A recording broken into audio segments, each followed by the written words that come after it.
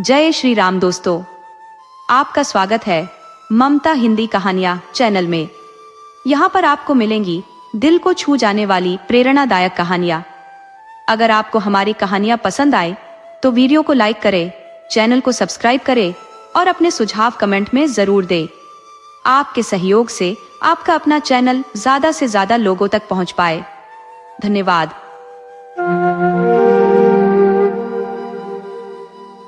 प्राचीन समय की बात है। एक राजा था जो बेहद दुखी रहता था। उसकी कई रानियां थी, परंतु उसके भाग्य में संतान का सुख नहीं था। पहली पत्नी से उसे यह उम्मीद थी कि वह उसे एक संतान देगी, लेकिन ऐसा नहीं हुआ। इसके बाद उसने दूसरी, तीसरी, यहाँ तक कि 7 शादियां की, फिर भी कोई संतान नहीं हुई। राजा अत्यधिक निराश हो गया, क्योंकि उसे चिंता सताने लगी थी कि उसके बाद उसका राज्य कौन संभालेगा, उसका उत्तराधिकारी कौन बनेगा। इस निराशा के समय में उसकी सबसे छोटी रानी, जो बहुत बुद्धिमान और धर्मपरायण थी, अक्सर देवी की पूजा अर्चना किया करती थी। एक दिन उसने राजा से कहा, महाराज, आप व्यर्थ में इतना दुखी ना हो। समय से पहले और भाग्य से अधिक कुछ नहीं मिलता। जब सही समय आएगा हमें संतान भी प्राप्त होगी। आप राजकाज पर ध्यान दें, सब कुछ ईश्वर पर छोड़ दे। लेकिन राजा के मन से यह बात जाती ही नहीं थी। राजा ने सुना था कि प्राचीन काल में जब राजा लोग जंगल में जाते थे, उन्हें वहां तपस्या में लीन साधु संत मिलते थे, जो उन्हें आशीर्वाद देते थे और उनकी मनोकामनाएं पूर्ण होती थी। इसी सोच में डूबा राजा एक दिन अकेले जंगल की ओर निकल पड़ा। वह इतनी दूर चला गया कि उसके सैनिक भी पीछे छूट गए। तभी उसने देखा कि एक सुंदर स्त्री उसके सामने खड़ी है। स्त्री ने राजा से पूछा, तुम कौन हो और यहाँ इस निर्जन जंगल में क्या कर रहे हो? राजा ने उत्तर दिया, मैं इस राज्य का राजा हूँ।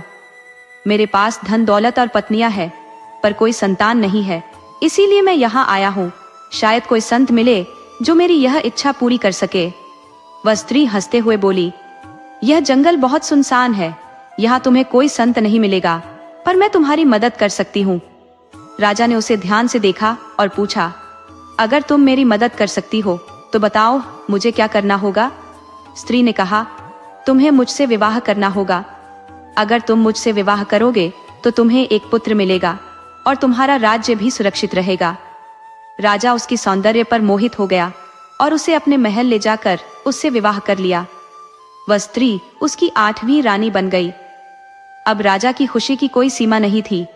उसे विश्वास हो गया था कि उसकी नई रानी से उसे संतान अवश्य प्राप्त होगी। परंतु तभी महल में एक अजीब घटनाक्रम शुरू हो गया। अन्य रानियों में से कुछ गर्भवती हो गई, लेकिन यह खुशी भी क्षणिक थी, क्योंकि 8वीं रानी, जिसे राजा जंगल से लाया था, असल में कोई साधारण महिला नहीं थी। वह तो एक राक्षसी थी, जो सुंदरता के छलावे में राजा को फंसाकर महल में आई थी, ताकि वह अपनी राक्षसी भूख को तृप्त कर सके। हर रात जब महल के सभी लोग सो जाते, वह चुपके से उठती और अस्तबल में जाकर एक हाथी या 3-4 घोड़े या कुछ भेड़ बकरियां मारकर खा जाती। वह इस भूख को मिटाकर सुबह से पहले अपने कक्ष में लौट आती, मानो कुछ हुआ ही न हो। पहले पहल राजा को यह सब समझ में नहीं आया, क्योंकि सेवक डर के कारण कुछ भी कहने से कतराते थे। वे आपस में चर्चा करते कि इतने सारे जानवर कहाँ जा रहे हैं। धीरे धीरे यह सिलसिला बढ़ता गया और सेवकों ने आखिरकार राजा से जाकर शिकायत की। राजा ने तुरंत खड़ी सुरक्षा का आदेश दिया, लेकिन जब घर के भीतर ही खतरा हो तो बाहरी सुरक्षा किस काम की? ये राक्षसी रानी अपने छल में इतनी कुशल थी कि कोई उसे पकड़ नहीं पाता। हर रात वह इसी तरह जाती और अपनी भूख मिटाकर लौट आती। सेवक भी उसे देखकर कुछ नहीं कहते, सोचते कि रानी महल के भीतर ही किसी काम से घूम रही है। एक दिन राजा बहुत परेशान होकर महल में टहल रहा था।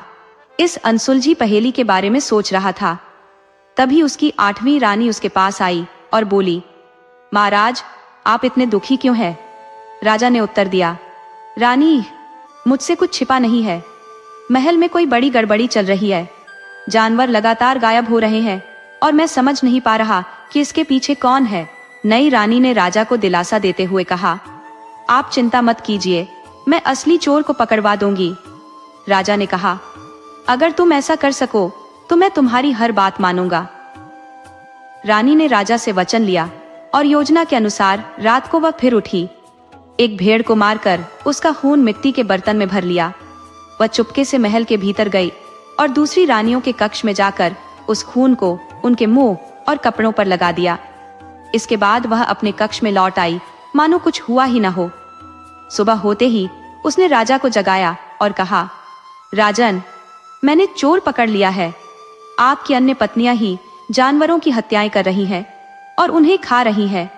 राजा को यह बात असंभव लगी, लेकिन रानी ने उसे विश्वास दिलाया और कहा, अगर आप मुझ पर भरोसा नहीं करते तो खुद जाकर देख ले।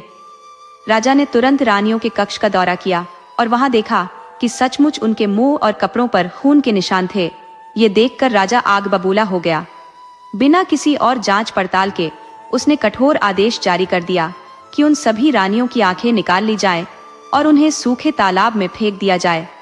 राजा का हुक्म था, उसे तो मानना ही था, लेकिन रानियां बहुत गिड़गिड़ाईं और रो रो कर कहने लगी, राजा साहब, हमारे साथ यह अन्याय मत कीजिए। हमने कुछ भी गलत नहीं किया है। आपकी छोटी रानी आपको बहका रही है। मगर राजा ने उनकी एक न सुनी। वह क्रोधित होकर बोला, इनकी आंखें निकाल लो और सूखे कुएं में डाल दो। बेचारी रानियां सूखे कुएं में तड़पने लगी, क्योंकि वहां कुछ भी खाने पीने को नहीं था। नगरवासी जो भी बचे खुचे खाने के टुकड़े होते कुएं में फेंक देते और वे मजबूरी में वही खा लेती। एक दिन जब कई दिनों तक उन्हें कुछ भी खाने को नहीं मिला तो भूख से वे बेहद कमजोर हो गई। इसी दौरान बड़ी रानी ने एक बच्चे को जन्म दिया। बच्चे के जन्म के बाद रानियां बोली, अगर हमने जल्दी कुछ नहीं खाया तो भूख से मर जाएंगे। तब बड़ी रानी ने अपने बच्चे को सौंपते हुए कहा, मेरे बच्चे को खा लो ताकि तुम सभी जीवित रह सको। धीरे धीरे एक एक करके दूसरी रानियों ने भी अपने बच्चों को जन्म दिया और वे भी भूख से मजबूर होकर अपने बच्चों को खाने लगी। छठे दिन छठी रानी ने भी एक बच्चे को जन्म दिया और वह बच्चा भी खा लिया गया। सातवीं रानी, जो बहुत भक्तिभाव वाली थी, उसने अपने हिस्से के बच्चों के टुकड़ों को कभी नहीं खाया। वह उन्हें संभाल कर रख देती थी। जब उसका बच्चा जन्म लेने वाला था तो उसने अन्य रानियों से प्रार्थना की, कृपया मेरे बच्चे को न खाएं। इसके बदले मैं अपने हिस्से के टुकड़े तुम सबको दे दूंगी जो मैंने अब तक बचा कर रखे हैं। रानियों ने उसकी बात मानी और इस तरह उसका बच्चा बच गया। धीरे धीरे वह बच्चा बड़ा होने लगा और एक सुंदर राजकुमार जैसा दिखने लगा। समय के साथ वह 6 साल का हो गया। सातों रानियों ने सोचा, इस बच्चे को बाहर की दुनिया दिखाई जाए ताकि वह हमारे लिए कुछ काम कर सके और हम भूख से न मरे। लेकिन कुआं बहुत गहरा था और दीवारें भी सीधी खड़ी थी। अंत में उन्होंने एक उपाय सोचा। वे एक दूसरे के कंधों पर चढ़ गई और सबसे ऊपर सातवीं रानी थी, जिसने बच्चे को अपने कंधे पर बैठाकर कुएं के बाहर छोड़ दिया। बच्चा बाहर निकला और पहली बार दुनिया देखकर बहुत खुश हुआ। कुएं से बाहर निकलते ही बच्चा महल की ओर भागा। महल के रसोई घर में पहुंचकर उसने रसोइयों से खाना मांगा। रसोइयों ने उसे पेट भर खाना खिलाया। फिर बचा हुआ खाना लेकर वह उस कुएं की ओर चला गया और अपनी माँ और अन्य रानियों को वह खाना खिलाया। अब वह रोज महल से बचा हुआ खाना लाता और अपनी सातों माताओं को खिलाता। राजकुमार धीरे धीरे और बड़ा होने लगा। एक दिन जब वह रसोई में पहुंचा तो रसोई ने कहा, आज मेरी माँ का देहांत हो गया है, मुझे अंतिम संस्कार के लिए जाना होगा, तुम मेरा काम संभाल लेना। राजकुमार ने हामी भरी और कहा, मैं पूरी कोशिश करूंगा कि राजा के लिए अच्छा खाना बना सकूं। रसोइये ने उसे सारा काम सौंप दिया और चला गया। उस दिन राजकुमार ने खाना बनाया और जब राजा ने वह खाना खाया तो वह बेहद स्वादिष्ट निकला। खाना बखूबी पकाया गया था, उसमें एक मनमोहक सुगंध थी और इसे सलीके से परोसा भी गया था। जब शाम को रसोइया वापस आया तो राजा ने उसे बुलाकर उसकी बेहद प्रशंसा की और कहा कि आज का भोजन अद्वितीय था, और उसने आग्रह किया कि भविष्य में भी ऐसा ही स्वादिष्ट खाना तैयार करे। यह सुनकर रसोइये ने ईमानदारी से स्वीकार किया कि यह स्वादिष्ट व्यंजन उसने नहीं बल्कि मेल में आए उस युवा ने बनाया था। उसने आगे कहा कि उस दिन उसकी माँ का देहांत हो गया था और वह अपनी जिम्मेदारी उस लड़के को सौंपकर घर चला गया था। ये सुनकर राजा ने तुरंत आदेश दिया कि उस लड़के को रसोइया के पद पर नियुक्त कर लिया जाए और भविष्य में वही भोजन तैयार करे। राजा के रसोई घर में अब हर रोज नए नए पकवान बनने लगे, जिससे राजा अत्यधिक प्रसन्न हुआ और उसने उस लड़के को इनाम से नवाजा। परंतु वह लड़का उन सभी पुरस्कारों और भोजन को अपनी माँ और सौतेली माँ के पास ले जाकर उन्हें खिला देता था। जब वह लड़का मेल से भोजन लेकर कुएं की ओर जाता था तो रास्ते में उसे एक फकीर मिलता जो उसे आशीर्वाद देता और भीख मांगता। लड़का सदैव उसे भोजन का एक हिस्सा दे देता, जिससे फकीर उसे दिल से दुआएं देता। समय के साथ वह लड़का बड़ा हो गया, सुंदर और मजबूत हो गया। एक दिन उसकी सुंदरता पर रानी की निगाह पड़ी और वह उसकी ओर आकर्षित हो गई। उसने लड़के से उसके आगमन के बारे में पूछा, परंतु लड़के को रानी के बारे में कोई जानकारी नहीं थी, न ही उस पर कोई संदेह हुआ। लड़के ने अपनी माँ और सौतेली माँ के बारे में विस्तार से बताया। ये सुनकर रानी का मन विचलित हो गया और उसने लड़के को मारने की योजना बना ली। एक दिन रानी ने बीमारी का बहाना बनाया और हकीम को बहुत सारा धन देकर अपनी तरफ कर लिया। लालची हकीम ने रिश्वत लेकर रानी के कहे अनुसार काम करने का वचन दिया। रानी ने हकीम से कहा कि केवल मादा चीते का दूध ही उसकी जान बचा सकता है। राजा के पास हकीम गया और उसने कहा कि रानी की जान बचाने के लिए मादा चीते का दूध लाना आवश्यक है। राजा, जो रानी को खोने से भयभीत था, परेशान होकर उसके पास आया और बोला, मैं यह क्या सुन रहा हूँ? हकीम कह रहा है कि तुम्हें बहुत गंभीर बीमारी है और तुम्हें ठीक करने के लिए मादा चीते का दूध ही एकमात्र उपाय है। कौन इतना साहसी है जो यह दूध ला सके? रानी ने कहा, यह काम वही लड़का कर सकता है जो तुम्हारे रसोई में काम करता है। वह बहादुर है, तंदुरुस्त दिखता है और तुम्हारे लिए समर्पित है। तुमने उसे इतने इनाम दिए हैं, वह यह काम खुशी खुशी कर देगा। इसके अलावा मुझे कोई और उपाय नहीं सूझता। राजा ने उस लड़के को बुलाया और पूरी स्थिति बताई। लड़के ने तुरंत सहमति जताई, क्योंकि वह जानता था कि राजा की दया और कृपा से ही उसकी माँ और सौतेली माँ का पेट भर रहा है और उसकी सभी जरूरतें पूरी हो रही हैं। अगले दिन वह लड़का इस खतरनाक यात्रा के लिए तैयार हो गया। जब वह युवक जंगल की ओर बढ़ रहा था तो मार्ग में उसे वही फकीर मिला जिसे वह प्रतिदिन भोजन दिया करता था। फकीर ने उसे रोका और पूछा, कहाँ जा रहे हो बेटा? तब युवक ने राजा का आदेश उसे सुना दिया और बताया कि राजा की इच्छा पूरी कर वह कितना प्रसन्न होगा, क्योंकि राजा ने उस पर असीम कृपा की है। फकीर ने गहरी चिंता से कहा, तुम यह खतरनाक कार्य करने का साहस कैसे कर सकते हो? क्या तुम्हें इसका अंदाजा है कि यह कार्य कितना जोखिम भरा है? लेकिन उस युवक को अपने जीवन की कोई परवाह नहीं थी। वह बोला, बाबा, अगर आप नहीं मानते तो बताइए, मैं राजा के हुक्म की अवहेलना कैसे कर सकता हूँ? वही मेरे परिवार की सभी जरूरतें पूरी कर रहे हैं।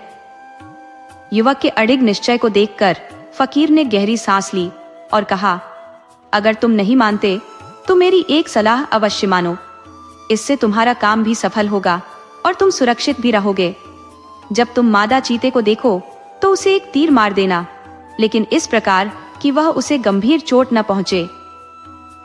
तब वह चीता तुमसे पूछेगी कि तुमने उसे तीर क्यों मारा। उस वक्त तुम उसे बताना कि तुम उसके शरीर में एक छेद करना चाहते थे ताकि दूध आसानी से बह सके। साथ ही कहना कि उसके बच्चे पर तुम्हें दया आई, क्योंकि वे बहुत कमजोर नजर आ रहे थे। फकीर ने युवक को आशीर्वाद दिया और उसे उसकी यात्रा पर विदा किया। युवक इस प्रोत्साहन से ओत-प्रोत होकर प्रसन्न मन से जंगल की ओर बढ़ गया। थोड़ी ही देर में उसे एक मादा चीता दिखाई दी। उसने फकीर की सलाह अनुसार तुरंत तीर मारा, जिससे मादा चीते ने क्रोधपूर्वक उससे पूछा, तुमने मुझे तीर क्यों मारा? युवक ने फकीर की बताई बातें दोहराई और कहा, महल की रानी अत्यंत बीमार है, उनके उपचार के लिए मुझे आपका दूध चाहिए। ये सुनकर मादा चीता गहरी सांस लेते हुए बोली, क्या तुम्हें पता नहीं, तुम्हारी रानी कोई साधारण स्त्री नहीं बल्कि एक राक्षसी है। मेरे दूध से उसका कोई लाभ नहीं होगा। युवक हैरान होकर बोला, तुम ऐसा क्यों कह रही हो? रानी से मुझे कोई खतरा नहीं है। इस पर मादा चीता ने कहा, ठीक है, मैं तुम्हें अपना दूध दूंगी, लेकिन सावधान रहना, उस रानी से बचकर रहना। यह कहकर मादा चीता उसे एक टूटे हुए शिलाखंड के पास ले गई और कहा, देखो, मैं यहाँ दूध की एक बूंद गिराऊंगी। जैसे ही मादा चीता ने दूध की एक बूंद गिराई, शिला तुरंत खंड खंड हो गई। ये देखकर युवक विस्मय से भर गया। मादा चीता बोली, देखो, ये मेरे दूध की शक्ति है। अगर वह रानी यह सारा दूध पी जाएगी और उस पर इसका कोई असर नहीं होगा तो समझ लेना वह कोई सामान्य स्त्री नहीं है। युवक ने दूध लेकर राजा के पास लौट आया। राजा ने वह दूध रानी को पिला दिया। रानी सारा दूध पी गई और तुरंत कहने लगी कि अब वह स्वस्थ है। युवक ने यह सब देखा, लेकिन रानी पर इसका कोई प्रभाव न देखकर भी उसने कुछ नहीं कहा। राजा की प्रसन्नता देखकर वह स्वयं भी संतुष्ट हो गया। राजा ने उसे बहुत बड़ा इनाम दिया और उसकी पदोन्नति कर दी। लेकिन रानी का असली उद्देश्य अभी भी उस युवक की जान लेना ही था। कुछ दिनों बाद रानी ने फिर से बीमार होने का नाटक किया और वैद्य को बुलाकर कहा, मुझे फिर से लग रहा है कि मेरी तबीयत बिगड़ रही है। मेरे दादाजी जंगल में रहते हैं, जहां से पिछली बार मादा चीता का दूध लाया गया था। उनके पास एक विशेष औषधि है जिससे शायद मेरी बीमारी ठीक हो जाए। अगर आप वह दवा मंगवा सकते हैं तो कृपया उन्हें भेज दे। राजा यह सुनकर प्रसन्न हुआ और बोला, मैं उसी लड़के को भेजूंगा जो पिछली बार मादा चीता का दूध लेकर आया था। वह साहसी है और इस कार्य को पूरा कर सकता है। राजा ने तुरंत उस युवक को बुलाकर आदेश दिया कि वह जंगल जाकर दादाजी से दवा लेकर आए। युवक अपने सफर पर निकला और रास्ते में फिर से फकीर से सामना हुआ। फकीर ने पूछा, कहाँ जा रहे हो बेटे? लड़के ने फिर से पूरी कहानी सुना दी। फकीर ने चिंतित होकर कहा, तुम फिर से उसी खतरनाक जंगल में जा रहे हो? ये काम तुम्हारे लिए बेहद जोखिम भरा है। वह राक्षस तुम्हें जिंदा निगल जाएगा। लेकिन लड़के ने फकीर की बात न मानी और दृढ़ता से कहा, मैं राजा का आदेश नहीं टाल सकता। फकीर ने हार मानते हुए कहा, ठीक है, लेकिन मेरी एक बात जरूर सुनो। जब तुम उस राक्षस से मिलो तो उसे नाना जी कहकर संबोधित करना। वह तुमसे अपनी पीठ खुजलाने के लिए कहेगा तो उसकी पीठ जोर जोर से खुजलाना। लड़के ने सहमति में सिर हिलाया और अपनी यात्रा जारी रखी। जंगल बहुत घना और भयावह था, लेकिन आखिरकार उसे दूर से राक्षस का घर दिखाई दिया। वह सावधानी से आगे बढ़ा और जैसे ही राक्षस सामने आया, लड़के ने जोर से पुकारा, नाना जी, नाना जी, मैं आपकी बेटी का बेटा हूँ। मुझे आपके पास इसलिए भेजा गया है क्योंकि आपकी बेटी बहुत बीमार है और आपकी औषधि के बिना वह ठीक नहीं हो सकती। कृपया मुझे वह दवा दे दें। राक्षस ने उसे ध्यान से देखा और कहा, ठीक है, मैं तुम्हें दवा दे दूंगा, लेकिन पहले मेरी पीठ खुजला दो, बहुत खुजली हो रही है। ये कहते हुए राक्षस ने चालाकी दिखाई, क्योंकि उसकी पीठ में कोई खुजली नहीं थी। वह यह परखना चाहता था कि लड़का सचमुच उसकी बेटी का बेटा है या नहीं। फकीर की बात याद करते हुए लड़के ने राक्षस की पीठ जोर जोर से खुजलानी शुरू की। जब उसने अपने नाखूनों से राक्षस की पीठ में गहरा निशान बना दिया, तभी राक्षस ने चिल्लाकर कहा, बस ठीक है, अब रुक जाओ। राक्षस ने अपनी चाल में असफल होते हुए अंततः उसे दवा दी और वापस भेज दिया। महल पहुंचकर लड़के ने दवा राजा को सौंपी। राजा ने दवा को रानी तक पहुंचाया और रानी ने दावा किया कि वह अब पहले से बेहतर महसूस कर रही है। राजा उस युवक की काबिलियत देखकर अत्यंत प्रसन्न हुआ और उसे बड़ा इनाम दिया, लेकिन रानी अंदर ही अंदर घबराई हुई थी। उसे समझ नहीं आ रहा था कि वह लड़का आखिर हर बार कैसे बचकर लौट आता है। रानी ने धीरे धीरे अपने मन में फिर से एक नई साजिश रची। उसने योजना बनाई कि इस बार वह लड़के को रास्ते से हटा देगी, लेकिन इस बार बहुत सोच समझकर, ताकि राजा को इसका जरा भी अंदेशा न हो। आखिरकार रानी ने सोचा कि अब भगवान ही अगर चाहेगा तो मुझे इस रोग से मुक्ति मिलेगी। उसने राजा से कहा, एक आखिरी प्रयास किया जाए, उस युवक को फिर से जंगल भेजा जाए जहां मेरी बूढ़ी दादी रहती है। उनके पास एक जादुई औषधि है जिससे मुझे जीवन भर के लिए यह रोग नहीं सताएगा और मैं पूर्ण रूप से स्वस्थ हो जाऊंगी। राजा पहले से ही उस युवक से बहुत खुश था, क्योंकि उसने पहले भी कठिन कार्य सफलतापूर्वक पूरे किए थे। लेकिन राजा को समझ नहीं आ रहा था कि रानी बार बार उसी लड़के को क्यों भेज रही है। वह सोचने लगा कि रानी आखिर चाहती क्या है। लड़का तो पहले ही कई खतरों से बचकर आ गया था, मादा चीता का दूध लाया और अब यह नई चुनौती। राजा ने युवक को बुलाकर रानी की बात बताई और उसे जंगल में दादी से दवाई और एक विशेष कंघी लाने का आदेश दिया। लड़का तैयार हो गया, लेकिन उसके सफर पर निकलते ही फिर वही फकीर रास्ते में मिला। फकीर ने उससे पूछा, अब कहाँ का इरादा है बेटा? लड़के ने उसे फिर से पूरा हाल बताया और कहा कि वह रानी की दी हुई चिट्ठी लेकर उसकी दादी के पास जा रहा है। फकीर ने चिट्ठी ली और पढ़कर गंभीर स्वर में कहा, क्या तुम सचमुच मौत के मुंह में जाने का इरादा रखते हो? ये चिट्ठी तो तुम्हारी मौत का फरमान है। इसमें लिखा है कि तुम रानी के सबसे बड़े दुश्मन हो और तुम्हें खत्म करना जरूरी है। कंघी तो बस एक बहाना है। ये सुनकर लड़के के रोंगटे खड़े हो गए। वह भीतर ही भीतर कांपने लगा, लेकिन उसने राजा के आदेश को पूरा करने का संकल्प लिया। वह चिट्ठी फाड़ने की तैयारी में था कि फकीर ने दूसरी चिट्ठी लिख कर दी, जिसमें लिखा था, ये लड़का मेरा अपना है, इसका ख्याल रखना और इसे प्यार से संभालना। फकीर की बात सुनकर लड़के को थोड़ी राहत मिली और वह हिम्मत जुटाकर फिर से जंगल की ओर बढ़ चला। जब वह राक्षसी के घर पहुंचा तो उसने साहस बटोरकर उसे नानी कहकर पुकारा और चिट्ठी उसके हाथ में दे दी। राक्षसी ने चिट्ठी पढ़ते ही लड़के को गले लगाया और उसके राजा और उसकी बेटी के हालचाल पूछे। उसने लड़के की खूब आवभगत की, उसे आराम से रखा और विदाई के वक्त उसे कुछ अनोखे उपहार दिए। इनमें से एक था एक जादुई साबुन की शीशी, जिसकी एक बूंद गिरते ही बड़ा पहाड़ खड़ा हो जाता था। दूसरी थी सुइयों की एक सीसी, जिनमें से अगर एक भी सुई जमीन पर गिरे तो विशाल पर्वत खड़े हो जाते। और आखिरी था पानी की एक बोतल, जिसके पानी की एक बूंद गिरने से समुद्र बन जाता।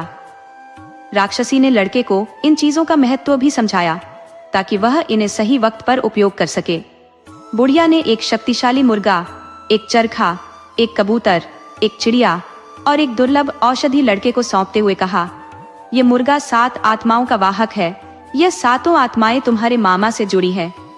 जब तक यह मुर्गा जीवित रहेगा तुम्हारे मामा की जीवन डोर भी सुरक्षित रहेगी। लेकिन ध्यान रखना, अगर इस मुर्गे को कुछ हुआ तो तुम्हारे मामा की जान पर भी बन आएगी। इसी तरह कबूतर में तुम्हारे नाना की आत्मा बंद है और चिड़िया में तुम्हारी माँ की। जब तक यह पक्षी सही सलामत रहेंगे तुम्हारे नाना और माँ भी कुशल रहेंगे। बुढ़िया ने औषधि का महत्व समझाते हुए कहा, यह दवा इतनी अद्वितीय है कि इसकी मदद से एक अंधा भी दृष्टि प्राप्त कर सकता है। लड़के को यह सुनकर अत्यधिक प्रसन्नता हुई और उसने बुढ़िया का आभार व्यक्त किया। फिर वह विश्राम करने चला गया। सुबह हुई और जब बुढ़िया नदी की ओर जाने लगी तो लड़के ने वह सब किया जिसका उसे निर्देश दिया गया था। उसने 7 मुर्गों को, कबूतर को और चरखे को नष्ट कर दिया।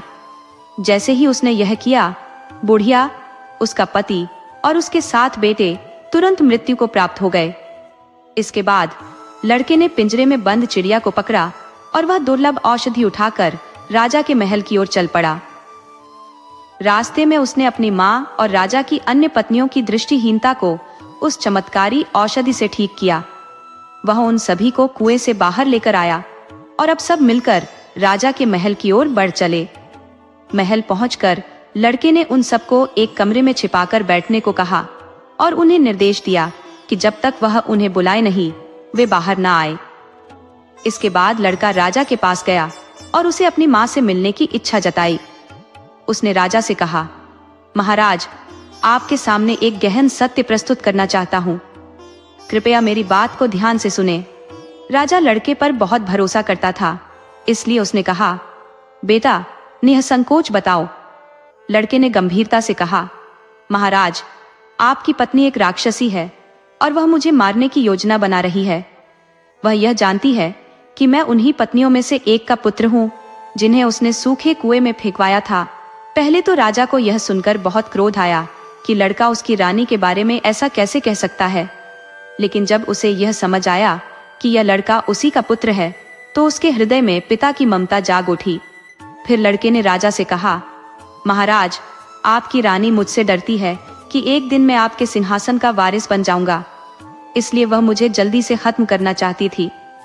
मैंने न सिर्फ उसकी योजना का पर्दाफाश किया, बल्कि मैंने उसके माता पिता और उसके 7 भाइयों को भी मौत के घाट उतार दिया है। ये जो चिड़िया आप देख रहे हैं, इसमें उसी रानी की आत्मा कैद है। उसकी माँ ने मुझे यह सब बताया था। राजा स्तब्ध खड़ा रहा। ये सब सुनकर उसकी आंखों में अविश्वास था। वह लड़के से बोला, अगर ये सच है तो तुम इस चिड़िया का गला दबा दो। यदि रानी मरती है तो मैं मान लूंगा कि वह वास्तव में एक राक्षसी है। लड़के ने राजा के कहने पर चिड़िया का गला घोंट दिया और जैसे ही उसने ऐसा किया, रानी की तुरंत मृत्यु हो गई। उसकी असली राक्षसी पहचान सामने आ गई।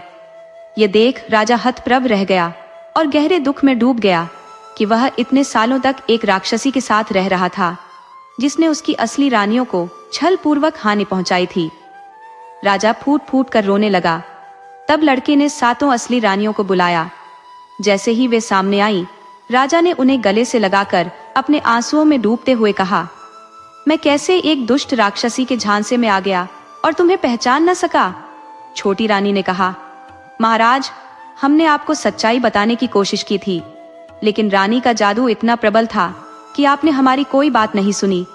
उस राक्षसी ने हमें कुएं में फेंकवा दिया और भूख के मारे हमें अपने बच्चों को मारकर खाना पड़ा, नहीं तो हम मर जाती। मेरा 7वां बेटा बच गया क्योंकि मैं उसे खा नहीं सकी। ये सुनकर राजा और भी जोर से रोने लगा। मैंने क्या किया? मुझे कितना भयानक धोखा दिया गया। राजा ने अपने बेटे को गले से लगाया और उसे उत्तराधिकारी घोषित कर दिया। उसने कहा, अगर मैंने अपनी रानियों की बात सुनी होती तो आज मेरे पास सभी राजकुमार होते। छोटी रानी ने जवाब दिया, महाराज, समय से पहले और भाग्य से अधिक कुछ नहीं मिलता। आपके नसीब में एक ही पुत्र था जो आपको मिल गया। इसके बाद राजा ने अपनी 7 रानियों को फिर से अपना लिया और अपने पुत्र को राज्य का उत्तराधिकारी बना दिया। राजकुमार के पास वह जादुई साबुन और पानी से भरी बोतलें थीं, जिन्हें राक्षसी ने दिया था। उसने इन जादुई चीजों की मदद से आसपास के सभी राज्यों पर विजय प्राप्त की और एक विशाल साम्राज्य खड़ा कर लिया। वृद्ध राजा अपनी 7 रानियों के साथ अब शांति से जीवन बिताने लगा। वे सभी आनंदमय जीवन जी रहे थे। जब राजकुमार बड़ा हुआ तो राजा ने उसके लिए एक सुंदर कन्या ढूंढकर उसका भव्य विवाह किया। राजकुमार का भी घर बस गया और उसके भी बच्चे हो गए। इस तरह उनका परिवार पूर्ण हो गया और वे सब सुख शांति से जीवन बिताने लगे।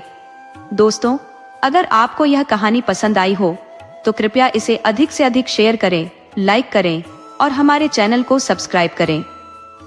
दोस्तों, आपको कहानी कैसी लगी? अपने सुझाव कमेंट करना न भूलें। तो चलिए आज की अगली कहानी शुरू करते हैं।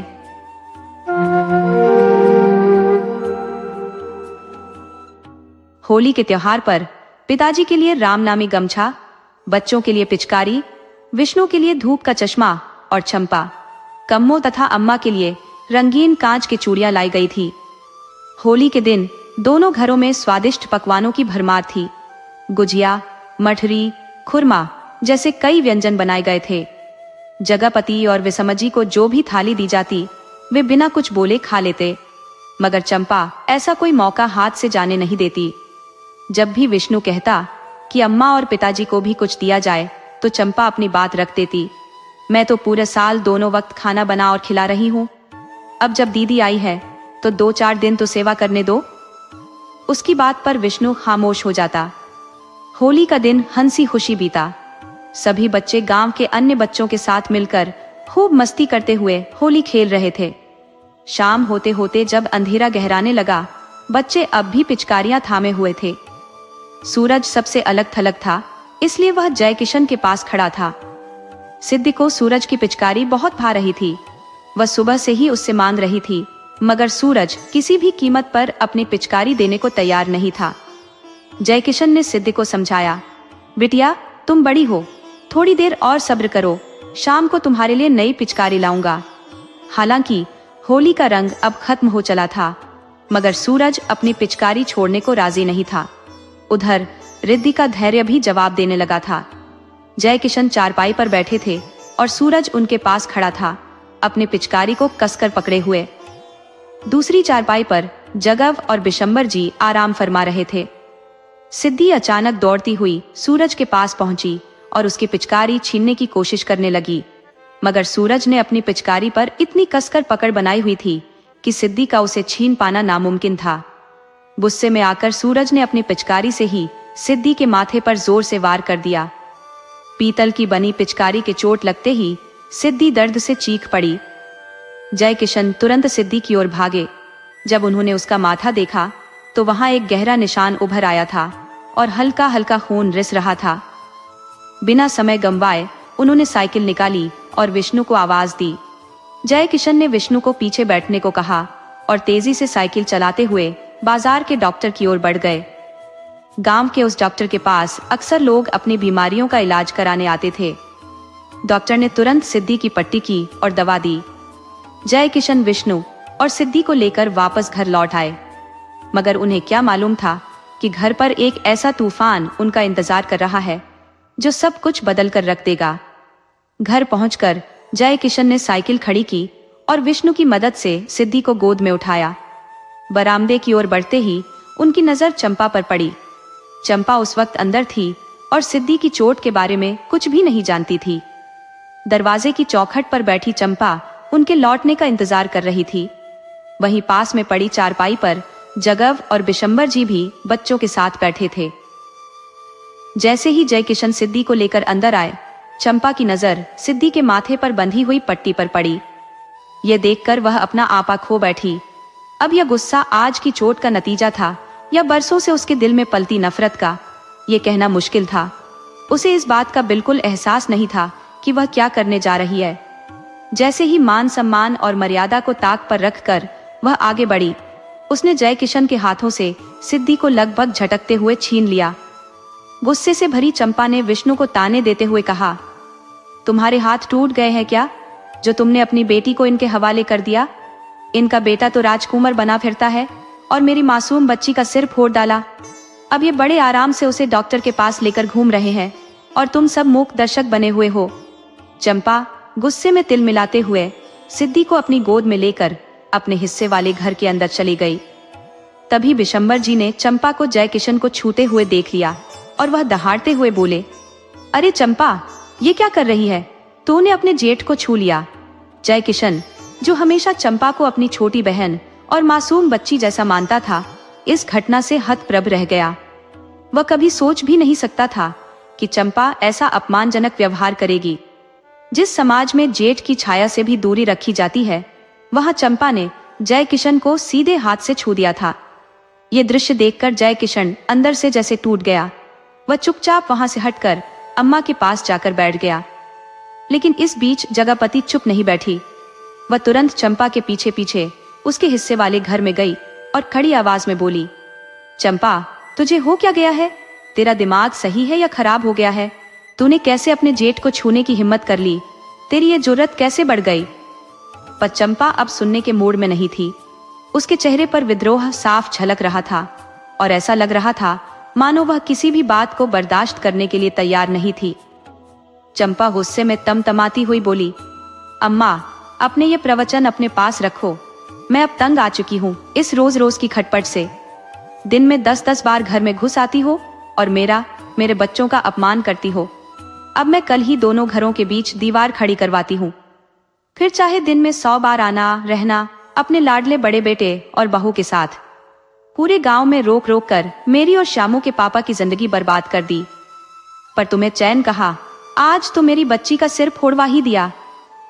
चंपा का गुस्सा रुकने का नाम नहीं ले रहा था। वह अपनी सास पर जमकर बरस रही थी। ये वही पुरानी चंपा नहीं थी। अब वह अपनी सास से हर एक बात का बदला लेने को तैयार बैठी थी। जगव यह समझ चुकी थी कि अब चंपा से कुछ भी कहना व्यर्थ है। वह रिश्तों की मर्यादा की सीमा पार कर चुकी है। ऐसे में कुछ कहने सुनने का मतलब खुद का अपमान करवाना था। इसलिए जगव चुपचाप वहां से बाहर चली गई। बाहर दोनों घरों के बाहरी हिस्से से सटी दालान में जय किशन, बिशंबर जी और जगव बैठकर बात कर रहे थे। भीतर चंपा के तीखे शब्द जगव ने जय किशन और बिशंबर जी को बताए। ये वही दालान थी जिसे बिशंबर जी ने बड़े अरमानों से बनवाया था। घर पीछे से अलग अलग थे, लेकिन आंगन के बीच में एक छोटा सा दरवाजा था जिससे घर की बहुएं आपस में आसानी से मिल सके। दालान दोनों घरों को जोड़ने के लिए बनाई गई थी ताकि किसी भी कार्यक्रम या मेहमानों के आने पर जगह की कमी महसूस न हो। दोनों भाई इस जगह का इस्तेमाल मिलजुल कर सके। लेकिन अब चंपा की दीवार खड़ी करवाने की बात ने बिशंबर जी को परेशान कर दिया। यह सब उन्हें भीतर तक कचोट रहा था। रिश्तों में आई दरार को सह पाना उनके लिए कठिन था। जब इस बैठक में चर्चा चल रही थी तो दीवार जैसे उठ खड़ी हो गई। पूरे गांव में यह बात जंगल की आग की तरह फैलने वाली थी कि उनकी छोटी बहू ने जेठ को स्पर्श कर बच्चे को अपनी ओर खींच लिया। सोचिए, समाज में उनकी इज्जत का क्या होगा। होली के अवसर पर जब दिन में ही हर घर में पकवान बन जाते हैं और शाम को उसी के सहारे गुजारा होता है, कम्मो को भी आज भोजन बनाने से निजात मिल गई थी। वह वहीं पास में घूंघट की ओट में बैठी सब बातें सुन रही थी। कम्मो के मन में दुख का पहाड़ टूट पड़ा। उसे चंपा हमेशा प्यारी और निष्कपट लगती थी। उसने हमेशा छोटी बहन की तरह प्रेम दिया था। तो फिर ऐसी कौन सी भूल हो गई कि आज वह हर हद पार करने को तैयार थी। बसंत जी बार बार यही सवाल दोहरा रहे थे। आखिर चंपा ने जयकिशन को छूने की हिम्मत कैसे की। जग्गो, जिन्हें बसंत जी प्यार से जगपति कहकर बुलाते थे, ने भी यही बात दोहराई। तू ही बता, क्या किसी ने कभी अपने जेठ को छुआ है? तूने ऐसा सुना है कभी? सभी की नजरें अब जवाब मांग रही थी। जयकिशन ने स्थिति संभालने की कोशिश की और कहा, जाने भी दीजिए पिताजी, बच्ची है, गलती हो गई होगी। लेकिन बसंत जी ने यह बात मानने से इनकार कर दिया।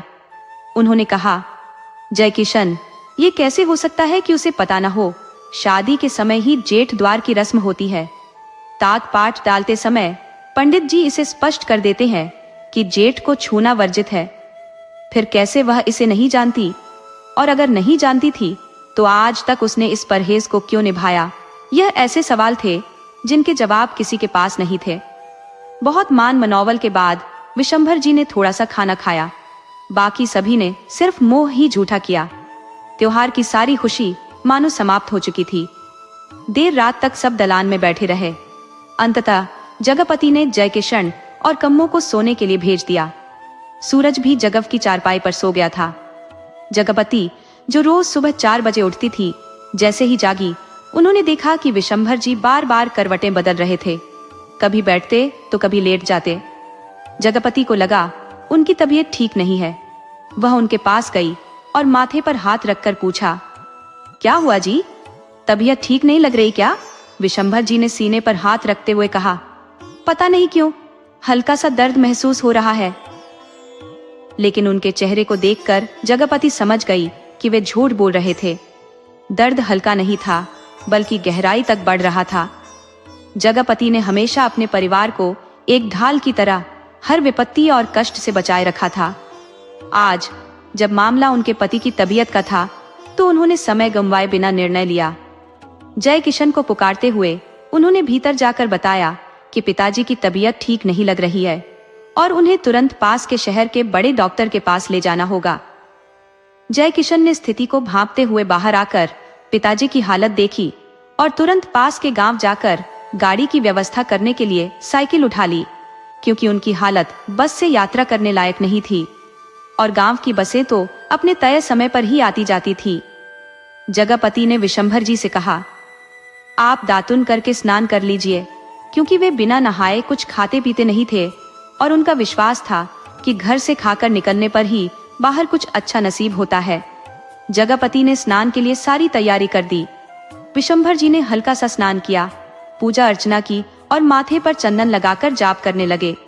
इस बीच जयकिशन गाड़ी लेकर लौट आया।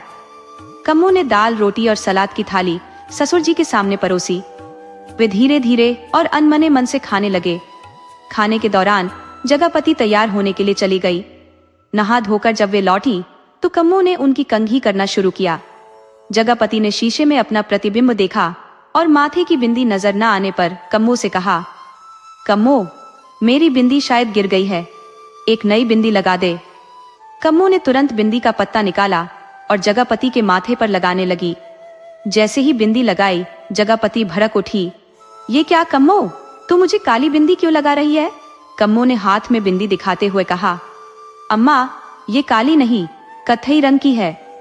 जगपति संतुष्ट होकर बोली, अच्छा ठीक है, लगा दे। तब तक डॉक्टर के पास जाने की सारी तैयारियां हो चुकी थी। विशंभर जी को कार में बैठने में दिक्कत हो रही थी, इसलिए वे लेट गए। उन्होंने जयकिशन से कहा, बेटा, मुझे कुछ चुभ रहा है, गद्दा डाल दे। जयकिशन ने कहा, पिताजी, यह कार है, इसमें पहले से ही गद्दा होता है। लेकिन पिताजी की बात मानते हुए उन्होंने एक पतला गद्दा लाकर बिछा दिया। विशंभर जी लेटते हुए बोले, जग्गो, तू मेरा सिर अपनी गोद में रख ले। जगपति को संकोच हो रहा था कि बेटे के सामने कैसे पति का सिर गोद में रखकर बैठे, लेकिन जयकिशन ने अपनी मां से कहा कि पिताजी की बात मान ले। हारकर जगपति ने विशंभर जी का सिर अपनी गोद में रख लिया। कम्मू ने सास ससुर के पैर छुए और गाड़ी शहर की ओर चल पड़ी डॉक्टर को दिखाने। इधर घर पर हलचल देख चंपा ने विष्णु को सुबह सुबह खेत पर भेज दिया। उसने कहा, तुम्हारी कौन सी नौकरी है जो बैठे बैठे खाने को मिलेगा? जाओ मेहनत करो, तभी बच्चों का गुजारा होगा। मुझे किसी और से कोई उम्मीद नहीं है। ये कहकर वह बच्चों को लेकर भीतर चली गई। वह जानती थी कि अगर विष्णु घर पर रहा तो वह पिताजी के साथ चला जाएगा और उसका समय बर्बाद होगा। शहर के अस्पताल पहुंचते ही विशंभर जी की बेचैनी और घबराहट बढ़ने लगी। वे बार बार अपने सीने को हाथों से दबाने लगे। जगपति हर बार उनका हाथ हटाकर अपने हाथों से दर्द कम करने का प्रयास करती, लेकिन उनकी कोशिश से विशंभर जी को राहत नहीं मिल रही थी। वे बार बार जगपति का हाथ हटाकर अपने हाथों से ही दर्द दबाने लगे। यह देखकर जयकिशन का मन विचलित हो रहा था। भले ही वह आगे की सीट पर बैठा था, लेकिन उसकी नजर बार बार पिताजी की ओर जा रही थी। वह मजबूर था, कुछ कर नहीं पा रहा था। पिताजी का दर्द कम करने के लिए वह ड्राइवर को बार बार कार तेज चलाने को कह रहा था, ताकि जल्दी अस्पताल पहुंचा जा सके और इलाज शुरू हो सके। अस्पताल पहुंचने पर पता चला कि होली के दूसरे दिन की वजह से 2 दिन की छुट्टी के बाद अस्पताल खुला था और मरीजों की भीड़ बहुत ज्यादा थी। डॉक्टर का अभी तक कोई अता पता नहीं था। विशंभर जी बैठने की हालत में नहीं थे। जयकिशन ने ड्राइवर से कहा, तुम जल्दी से कार का गद्दा अस्पताल के बरामदे में बिछा दो। ड्राइवर ने जयकिशन के कहे अनुसार गद्दा बिछा दिया। जगपति और जयकिशन ने विशंभर जी को सहारा देकर बरामदे में लिटा दिया। विशंभर जी अब गर्मी की शिकायत करने लगे। उनके माथे पर पसीने की बूंदें मोती जैसी चमक रही थी। जगपति ने अपने पल्लू से पंखा बनाकर उन्हें हवा करने की कोशिश शुरू कर दी। जयकिशन ने कहा, अम्मा, आप पिताजी का ध्यान रखिए, मैं डॉक्टर को तुरंत यहीं बुलाकर लाता हूँ। इतना कहकर वह तेज कदमों से डॉक्टर के पास जाने के लिए निकल पड़ा। पूछने पर पता चला कि डॉक्टर साहब अभी भर्ती मरीजों को देख रहे थे और उसके बाद ही अन्य मरीजों को देखेंगे। जयकिशन सीधे डॉक्टर के पास पहुंचा और विशंभर जी की बिगड़ती हालत का हवाला देकर हाथ जोड़कर विनती करने लगा। पहले तो डॉक्टर ने टालने की कोशिश की, लेकिन जयकिशन के बार बार अनुरोध पर वे तुरंत विशंभर जी को देखने चल दिए। इधर जयकिशन के जाते ही विशंभर जी ने जगपति से कहा, जग्गो, मुझे उल्टी जैसा महसूस हो रहा है। फिर झट से बोले, जल्दी कर, मुझे उल्टी होने वाली है। वे बरामदे के किनारे गद्दे पर लेटे हुए थे। जगपति ने उनका सिर सहारा देकर किनारे लटका दिया और नीचे की ओर झुकने को कहा। कुछ ही देर में विशंभर जी को जोरदार उल्टी हुई, जैसे अंदर का सारा कष्ट बाहर निकल आया हो। उल्टी के बाद उनके चेहरे पर दर्द का भाव धीरे धीरे गायब हो गया। जगपति ने उन्हें फिर से लिटाया, पानी से उनका चेहरा साफ किया और पल्लू से सुखा दिया। अब वे शांत लेटे हुए थे। थोड़ी ही देर में जयकिशन डॉक्टर को लेकर आ गया। जगपति ने बताया, उन्हें अभी तक सिर्फ एक बार उल्टी हुई है, कोई अच्छी दवा दे दीजिए जिससे जल्दी आराम हो जाए। डॉक्टर ने वहीं झुककर विशंभर जी के सीने को आगे पीछे दबाकर ऊपर नीचे करके कुछ समझने की कोशिश की। फिर उठकर खड़े हो गए। जब जयकिशन ने पूछा, क्या हुआ डॉक्टर साहब, तो डॉक्टर ने सीधे कुछ नहीं कहा। जगपति ने झल्लाते हुए तेज आवाज में कहा, अरे डॉक्टर, देख क्यों नहीं रहे हो? देखो, उल्टी के बाद कैसे शांत पड़े हुए हैं। डॉक्टर ने थोड़ी झिझक के साथ शांत स्वर में जवाब दिया, माताजी, किसे देखूं? पंछी तो उड़ चुका है, अब मैं कुछ नहीं कर सकता। इतना कहकर डॉक्टर ने जयकिशन के कंधे पर सांत्वना भरी थपकी दी और वहां से चला गया। डॉक्टर के ये शब्द, पंछी तो उड़ चुका है, जैसे जगपति के कानों में गूंजने लगे। यह सुनकर उनके मन में निराशा घर कर गई।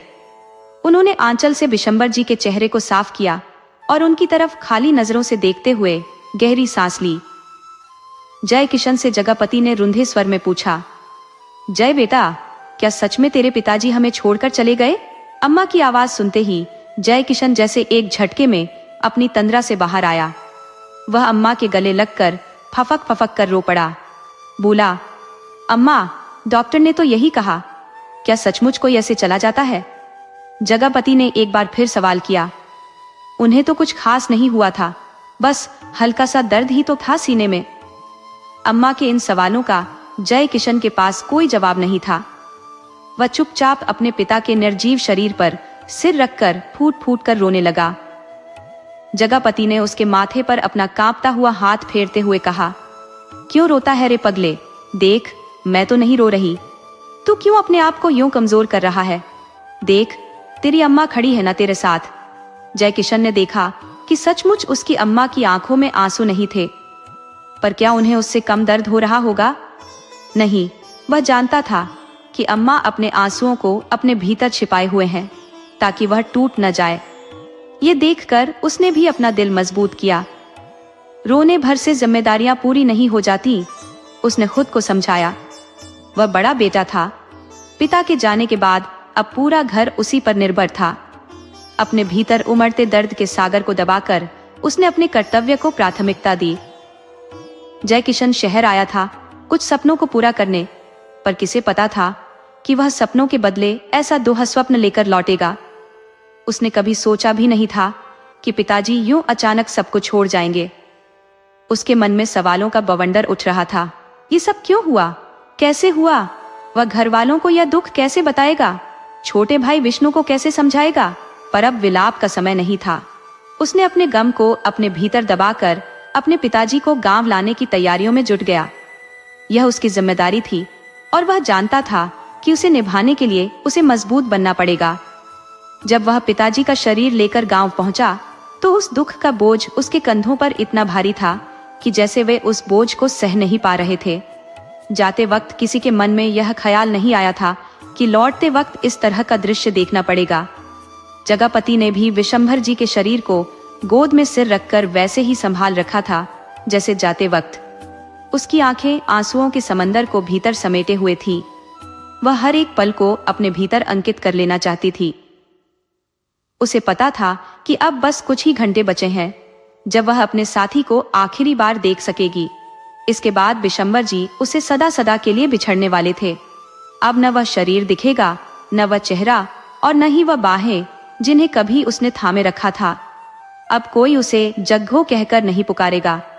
जय बार बार पीछे मुड़कर अम्मा को देखता, कहीं वह रो तो नहीं रही थी, लेकिन उनकी सूखी आंखें देखकर वह भीतर ही भीतर और बेचैन हो जाता। गाड़ी जैसे ही घर के दरवाजे पर पहुंचकर रुकी, जगपति अपने विचारों से बाहर आ गई। उनकी पकड़ विशंभर जी के माथे और शरीर पर और भी मजबूत हो गई। इतनी जल्दी इनके लौटने की किसी को उम्मीद नहीं थी। कम्मो रसोई का काम समेटकर सूरज को नहला रही थी और कपड़े पहना रही थी। चंपा ऊपर से भले ही यह जताने की कोशिश कर रही थी कि उसे कोई फर्क नहीं पड़ता, परंतु अंदर से वह भी थोड़ा परेशान थी। ससुर को शहर के अस्पताल ले जाने की बात ने उसे विचलित किया था। विष्णु खेत से लौटकर खाना खाकर आराम कर रहा था। चंपा श्यामू और रिद्ध सिद्धि के साथ बैठकर खाना खा रही थी, जो लगभग खत्म होने वाला था। तभी कार रुकने की आवाज आई। चंपा ने सुना और बोली, श्यामू, गाड़ी रुकने की आवाज आई है, लगता है हमारे दरवाजे पर ही आई है। फिर थोड़ा रुककर उसने कहा, कौन हो सकता है? क्या अपने लोग ही वापस आ गए होंगे? फिर उसने बच्चों की तरफ देखते हुए मुस्कुराते हुए कहा, वापस तो आना ही था। अब डॉक्टर के सामने तबीयत खराब का नाटक थोड़ी चलेगा। डॉक्टर ने कह दिया होगा कि कुछ नहीं हुआ, जाओ। बच्चे अपनी माँ की बात चुपचाप सुनते हुए खाना खत्म कर रहे थे। कम्मो का ध्यान विशंभर जी पर ही लगा हुआ था। वह उनके लौटने की उम्मीद शाम तक कर रही थी, लेकिन बार बार उसकी नजर दरवाजे की ओर चली जाती। जैसे ही कार रुकने की आवाज आई, उसे एक झटका सा लगा। मन में आशंका हुई, कहीं कुछ अनहोनी तो नहीं हो गई। वह सूरज को वहीं छोड़कर तेजी से बाहर आई। देखा तो गाड़ी आई थी और जय किशन नीचे उतरकर अम्मा की तरफ का दरवाजा खोल रहा था। वह वहीं ठिठक कर देखने लगी। उसे पता था कि अगर वह ड्राइवर के सामने आई तो अम्मा नाराज हो जाती। अम्मा का मानना था कि पराये मर्दों के सामने बाहर जाने की जरूरत नहीं होती। जय किशन ने अम्मा के कंधे पर हाथ रखा और बड़े ही प्यार से धीमे स्वर में कहा, अम्मा, बाहर आ जाओ। जगपति ने खुद को शांत रखते हुए कहा, बेटा, पहले अपने पिताजी को लेटाने का इंतजाम कर ले। जय किशन तुरंत आगे बढ़ा और पुआल के ढेर का इंतजाम करने लगा। दरवाजे के सामने जय किशन ने एक बंडल खींचकर पुआल बिछा दिया। इसके ऊपर चारपाई से चादर खींचकर फैलाई गई। फिर वह गाड़ी के पास पहुंचा और अम्मा को उतारने लगा। कम्मो ये सब देखकर सहम गई। उसका दिल तेजी से धड़कने लगा। उसने सोचा, ये चादर नीचे क्यों बिछाई गई? क्या वाकई कुछ अनहोनी घट चुकी है? इसके आगे उसके दिल ने कुछ भी सोचने की इजाजत नहीं दी। पास पड़ोस के वे लोग जिन्हें पता था कि बिशंबर जी को दिखाने के लिए शहर के बड़े अस्पताल ले जाया गया था, गाड़ी को लौटता देख हालचाल पूछने आ पहुंचे। जैसे ही जगपति उतरी, जय किशन और ड्राइवर ने मिलकर बिशंबर जी को गाड़ी से उतारा। उनका निष्प्राण शरीर सारी सच्चाई बयां कर रहा था। कम्मो का दिल पहले ही बैठा जा रहा था। अब तो वह खुद पर काबू नहीं रख सकी। पिता को भूशैया पर लेटा देखकर वह जोर जोर से रोती हुई उनके पैरों पर गिर पड़ी। आज फिर से वह अपने पिता की छत्र छाया से वंचित हो गई थी। जगपति अपने पति के सिरहाने बैठ गई। वह बहू बेटों और सूरज को संभालने की कोशिश कर रही थी। चंपा ने जब जेठानी कम्मो के रोने की आवाज सुनी तो उसका दिल भी बेचैन हो उठा। उसने सोचा, शायद पिताजी को सच में कुछ हो गया है। दरवाजे पर झांक कर देखा तो वहां भीड़ उमड़ी हुई थी। बिशंबर जी के आसपास लोग घेरे में बैठे हुए थे और कुछ खड़े थे। उधर विष्णु खेत के काम की थकान के कारण गहरी नींद में सो रहा था। चंपा जल्दी से उसके पास गई, उसे हिलाकर जगाया और बोली, लगता है पिताजी को लेकर अम्मा और भैया आ गए हैं। देखो कितनी भीड़ लगी है। विष्णु, जो चंपा की हरकतों से नाराज था, खींचकर बोला, तुझे क्या फर्क पड़ता है? वो आए जाएं या वहीं रहे, अपने काम पर ध्यान दे। तुझे दीवार चाहिए ना घर के बीच में? जल्दी किसी तरह इंतजाम करके बनवा देता हूँ, लेकिन अब तेरे हाथों अपने परिवार का अपमान और नहीं देख सकता। ये कहकर उसने मुंह फेर कर दूसरी ओर करवट ले ली। चंपा ने फिर उसे झकझोरते हुए कहा, देखो जी, इस वक्त ऐसी बातें मत करो, बहुत लोग आए हुए हैं। विष्णु को बेचैनी सी महसूस हुई, पर उसने ध्यान नहीं दिया। चंपा ने फिर कहा, मुझे कुछ ठीक नहीं लग रहा, तुम्हें श्यामू के सिर की कसम, जाओ बाहर देखो। कम्मो और बाकी लोगों के रोने की आवाज अब विष्णु के कानों में साफ सुनाई देने लगी। वह फौरन उठकर बाहर की ओर दौड़ा। अभी तक क्रोध में विष्णु का दिमाग और कान दोनों बंद थे, लेकिन जैसे ही वह भीड़ के बीच से धक्का मुक्की करता हुआ आगे पहुंचा, उसकी नजरें नीचे लेटे अपने पिता पर जा टिकी। वह स्तब्ध हो गया। अरे ये क्या हो गया? अभी कुछ घंटे पहले ही तो मेरे पिताजी बिल्कुल ठीक थे। खेत पर जाने से पहले भी वह जाप कर रहे थे। अब ये इतनी जल्दी कैसे हो गया? विष्णु अपने पिता के सीने पर गिर पड़ा। पिताजी कहकर वो फूट फूट कर रोने लगा। उसके पीछे पीछे आई चंपा भी पास बैठकर रोने लगी। उसे अब महसूस हुआ कि उसकी बातों ने कितनी बड़ी अनहोनी को जन्म दिया।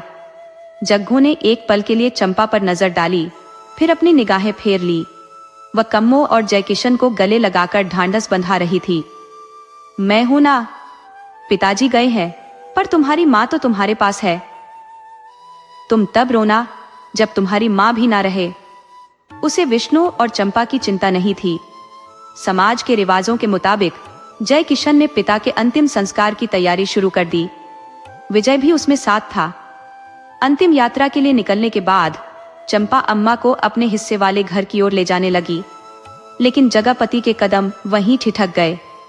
इस आकस्मिक विपदा के बावजूद उसके दिल में विष्णु और चंपा के लिए जो गुस्सा था वह कम नहीं हुआ। वह कम्मो के हिस्से वाले घर में चली गई। कम्मो ने अम्मा के नहाने के लिए पानी भरकर रख दिया था। जैसे ही जगपति के तन पर पानी पड़ा, उसका दिल आंसुओं का सैलाब बहाने लगा। उसका चेहरा भीग रहा था, पर पानी से ज्यादा उसकी आंखों से आंसू बह रहे थे। वह जय किशन और विष्णु की गैर मौजूदगी में अपना दर्द निकाल लेना चाहती थी। वह जानती थी कि उनके लौटने पर उसे फिर से खुद को मजबूत स्तंभ की तरह खड़ा करना होगा, एक ऐसा स्तंभ जो बच्चों को पिता की कमी महसूस न होने दे। लेकिन चंपा की हरकतों ने उसके दिल में जो टीस पैदा की थी, उसकी माफी जगपति के पास नहीं थी। चंपा अब उसे अपने शरीर का ऐसा हिस्सा प्रतीत हो रही थी जिसमें सड़न हो चुकी हो। उसे अपने जीवन से अलग कर देना अब अपरिहार्य हो चुका था। आगामी दिनों की सारी ऊर्जा, शुद्धता और रस्मों की तैयारी में निहित थी। यह एक ऐसी परंपरा है जिसमें व्यक्ति उस क्षण अपने को हर हाल में संभालने का प्रयास करता है ताकि दिवंगत आत्मा की शांति के लिए किए जाने वाले कर्मकांड में कोई कमी न रहे। ये विश्वास प्रबल होता है कि दिवंगत जहां भी होंगे उन्हें यह सब अवश्य मिलेगा। रिश्तेदार और मेहमान आए और सारे कार्य शुभ रूप से संपन्न हुए। अब घर में केवल 2 लोग बचे थे। जगपति बरामदे में बैठी थी जब जयकिशन उसके पास आया। उसने शांत स्वर में कहा, अम्मा, मुझे अब काफी दिन हो गए हैं, अब मुझे लौटना होगा। कम्मो को यहीं छोड़कर जा रहा हूँ, वह आपकी सेवा करेगी। जगपति उसकी बात से सहमत थी। उसने हल्के से सिर हिलाया। वहीं पास में विष्णु भी चुपचाप बैठा था। जगपति ने कहा, बेटा जयकिशन, तेरा जाना जरूरी है, मैं समझती हूँ, लेकिन जाने से पहले मेरी एक अंतिम इच्छा पूरी कर दे। जयकिशन ने तत्काल कहा, आदेश दीजिए अम्मा, आपकी बात मेरे लिए वचन है। जगपति बोली, बेटा, इस चंपा को घर के बीच दीवार खड़ी करने का बड़ा शौक था। वह किसी को देखना नहीं चाहती थी। तेरे पिताजी भी इसी कष्ट में चल बसे। अब वह दीवार बनवा दे और तब जा। जयकिशन को अम्मा से ऐसी बात की अपेक्षा नहीं थी। वह भीतर से विचलित हो गया। सगे भाइयों के घर के बीच दीवार खड़ी करने का ख्याल ही उसे दर्द देने लगा। विष्णु से उसका स्नेह असीम था, लेकिन अम्मा को दिए वचन के आगे वह विवश हो गया। उसने विष्णु की ओर देखा। अम्मा की बात सुनकर विष्णु और चंपा दोनों उसके चरणों पर गिरकर रोने लगे और माफी मांगने लगे। लेकिन जगपति अडिग रही। वह अपने दुख और भावनाओं को खोकर जैसे पत्थर बन चुकी थी। उसके भीतर की ममता मानो सुप्तावस्था में चली गई थी। जगव अपने निर्णय पर अडिग रही। उसने जो सोचा था वही उचित समझा। विष्णु और चंपा में से कोई भी उसकी इस सोच को चुनौती देने की स्थिति में नहीं था। चंपा की तीखी जबान ने घर के मुखिया को छीन लिया था और यह ऐसी गलती थी जिसे माफ करना असंभव था। इस त्रुटि का कोई प्रायश्चित नहीं था। जयकिशन ने अम्मा के आदेश का पालन करते हुए दोनों घरों के बीच एक मिट्टी की दीवार खड़ी कर दी। विष्णु ने समझ लिया कि अम्मा का घायल दिल उसे और चंपा को कभी माफ नहीं करेगा। उसे अपने किए का पछतावा तो करना ही होगा। विष्णु को अब यह एहसास हो रहा था कि उसने चंपा को इतनी आजादी दी ही क्यों कि वह बड़ों का लिहाज भूल बैठी। उसे चंपा की गलतियों पर पहले ही सख्त होना चाहिए था, लेकिन ऐसा न करने के कारण वह भी दोषी था। जयकिशन ने कम्मो और सूरज को घर पर छोड़कर फिर अपनी नौकरी का रुख किया। इस बीच जगव ने घर का बीच का दरवाजा मिट्टी से बंद करवा दिया और बाहर एक स्थायी दीवार बनवा दी। अब जब वह बाहर नीम के चबूतरे पर बैठती तो चंपा के घर का बस एक झलक भर दिखाई देती। उसने चंपा और विष्णु से बातचीत बिल्कुल ही बंद कर दी थी। समय किसी के लिए नहीं ठहरता। सूरज अब 5 साल का हो गया था। जयकिशन ने उसका दाखिला गांव के स्कूल में करवा दिया। कक्षा 5 के बाद उसकी योग्यता देखकर मास्टर जी ने सलाह दी कि उसे बाहर भेजकर पढ़ाया जाए। जयकिशन ने उसे अपने साथ शहर ले जाने का निश्चय किया और लखनऊ के एक बड़े स्कूल में उसका दाखिला करवा दिया। इधर चंपा के घर की हालत बिगड़ने लगी। विष्णु पिताजी के निधन के बाद चंपा से दूर दूर रहने लगा। नतीजतन घर में रोज झगड़े होते। इन झगड़ों की आवाज पूरे गांव में गूंजती। इसका बच्चों पर भी बुरा असर पड़ा। वे भी आपस में हर वक्त उलझे रहते। श्यामू की पढ़ाई में दिलचस्पी कम होती गई। वह फेल तो नहीं होता था, पर कभी अच्छे अंक भी नहीं ला पाता। 12वीं के बाद वह पढ़ाई छोड़कर विष्णु के साथ खेती में जुट गया। विष्णु और श्यामू दिन रात खेतों में मेहनत करते। उनकी मेहनत रंग लाई और एक बार अच्छी फसल हुई। रिद्धि और सिद्धि की शादी साधारण परिवारों में कर दी गई। चंपा ने शादी में सास और जेठ जिठानी को बुलाने का मन बनाया, ये सोचकर कि शायद वे मदद करेंगे। अम्मा के सामने वह हाथ जोड़कर रोया, गिड़गिड़ाया। उसने ससुराल वालों की इज्जत का हवाला दिया और इस बात पर जोर दिया कि माँ और भाई के परिवार का शादी में शामिल न होना क्या प्रभाव छोड़ेगा। लेकिन जगव के मन में कोई नरमी नहीं आई। हाँ, बच्चियों के लिए उसने कुछ रुपए जरूर दिए। जयकिशन चाहता था कि वह शादी में जाए और मदद भी करे, पर अम्मा के खिलाफ जाने का ना तो उसमें साहस था और ना ही उसकी इच्छा। कम्मो, जिसकी खुद की बेटी नहीं थी, बेटियों का कन्यादान करने का सपना देखती थी, पर जगह के डर से वह भी अपने मन की बात कहने की हिम्मत नहीं जुटा पाई। जगव की नजर से कोई बात छिपी नहीं रहती थी।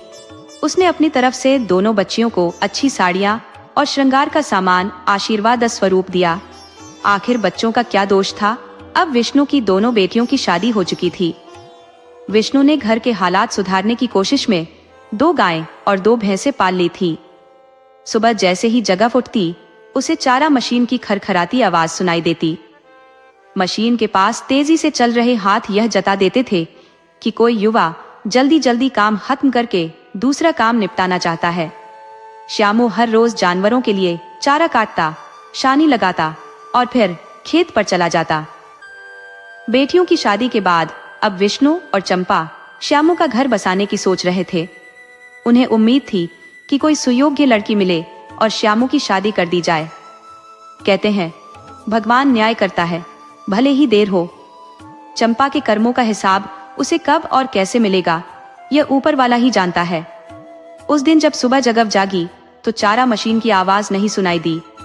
उसे लगा शायद कल श्यामू ने ज्यादा चारा काट लिया होगा। कम्मो जब उसकी छोटी कंघी कर रही थी तो जगव के मुंह से निकल गया, कम्मो, आज लगता है श्यामू ने चारा नहीं काटा। कम्मो ने मुस्कुराते हुए कहा, तुम्हें कैसे पता अम्मा? जगव थोड़ा झिझकते हुए बोली, अरे जब सुबह राम का नाम लेती हूँ तो आवाज आती है। आज बिना किसी खलल के राम नाम जप पाई, इसलिए पूछा। कम्मो को यह देखकर अच्छा लगा कि इतने सालों बाद अम्मा ने भले ही विष्णु और चंपा के बारे में कुछ न कहा हो, पर श्यामू के बारे में तो पूछा। शाम को ऐसा लग रहा था कि या तो श्यामू कहीं चला गया था या फिर उसने पहले ही दिन में ज्यादा चारा काट लिया था। अगले दिन सुबह जब चारा मशीन की आवाज आई तो उसकी धीमी धीमी गूंज बता रही थी कि मशीन विष्णु चला रहा है। यह देख जगपति परेशान हो गई।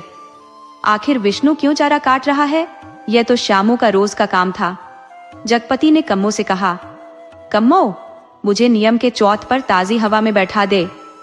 अब जगपति बिना सहारे के चलने फिरने में असमर्थ थी।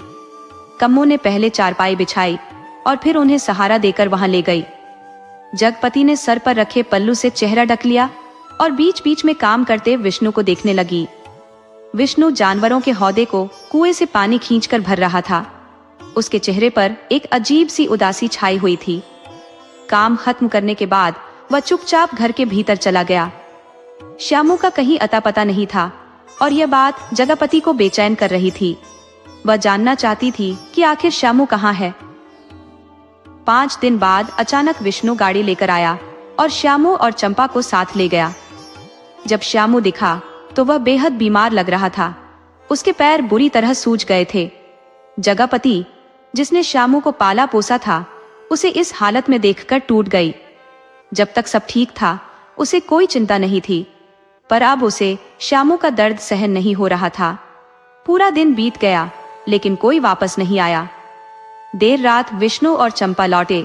वे चुपचाप घर के भीतर चले गए। कुछ देर बाद चंपा की सिसकियों की आवाज सुनाई देने लगी। विष्णु उसे चुप कराने की कोशिश कर रहा था लेकिन खुद भी रो रहा था। कम्मो ने जगपति से कहा, अम्मा, वो लोग रो रहे हैं, मैं जाऊं और देखूं क्या बात है। श्यामू की बात थी, इसलिए जगपति ने इजाजत दे दी। कम्मो के कमरे में पहुंचते ही चंपा उसके गले लगकर फूट फूट कर रोने लगी।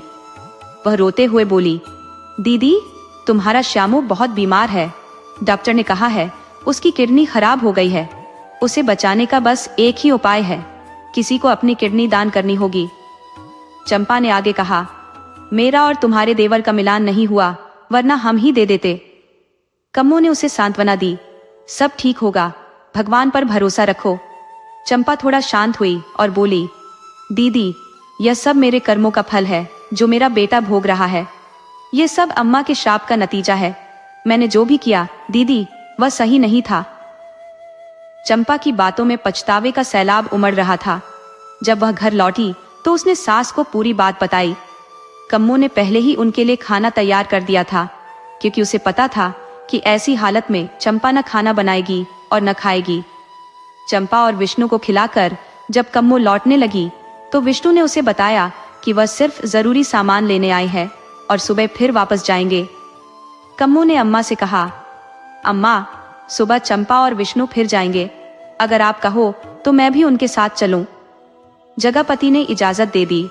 सुबह कम्मो ने जगपति के लिए खाना बनाकर रखा और खुद चंपा और विष्णु के साथ अस्पताल के लिए निकल पड़ी।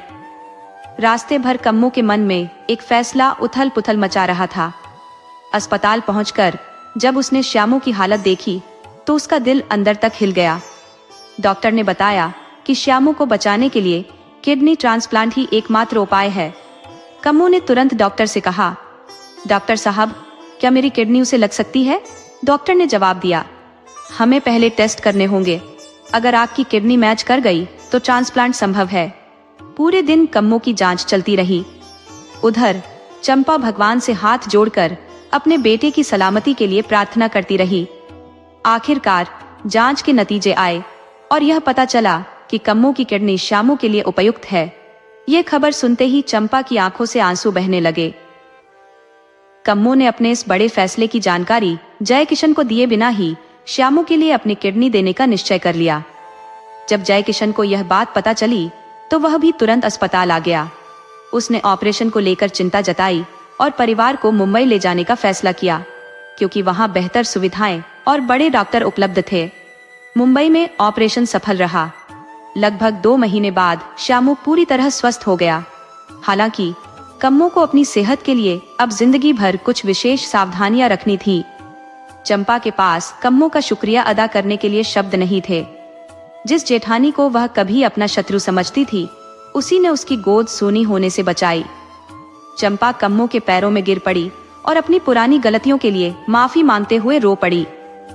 यह सब देखकर कम्मो ने चंपा को उठाया और कहा, हम सब एक ही परिवार है, तुम्हारी खुशी में ही मेरी खुशी है।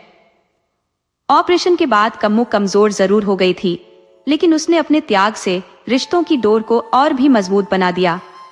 वह धीमे स्वर में बोली, छोटी, सूरज तो बहुत बाद में मेरी गोद में आया। बहुत समय के बाद उसने मुझे मां कहकर पुकारा, लेकिन मां तो मैं श्यामू के पैदा होते ही बन गई थी, वो भी बड़ी मां। ये कोई एहसान नहीं है जो मैंने किया है। मैंने अपने बेटे को बचाया है, अपने बड़े बेटे को, अपने ही अंश को अपने शरीर का हिस्सा दिया है। अगर वह मेरा बेटा ना होता तो क्या मेरी किडनी का मैच हो सकता था? तो खुद सोच। कम्मो की बातें सुनकर चंपा भावुक हो गई। वह बोली, दीदी, सचमुच आप महान हो, मैं तो आपको कभी समझ ही नहीं पाई। धीरे धीरे सब लोग घर लौट आए। जय किशन फिर से अपनी ड्यूटी पर वापस चला गया। जिंदगी पहले जैसी सामान्य हो गई, लेकिन दिलों के बीच एक अदृश्य दीवार अब भी कायम थी। समय बीतता गया, उम्र का असर हर किसी पर दिखने लगा। चंपा अब जवान बच्चों की मां बन चुकी थी, लेकिन उसका स्वभाव अब भी वैसा ही था। कहते हैं, इंसान का स्वभाव बदलना मुश्किल होता है। फिर एक दिन चंपा के दिमाग में दीवार हटाने का एक उपाय आया। वह मुस्कुराई और अपनी योजना पर अमल करने की तैयारी करने लगी। हर सुबह जब कोई देख नहीं रहा होता, वह झाड़ू लगाते वक्त दीवार पर 2 फावड़े मार देती।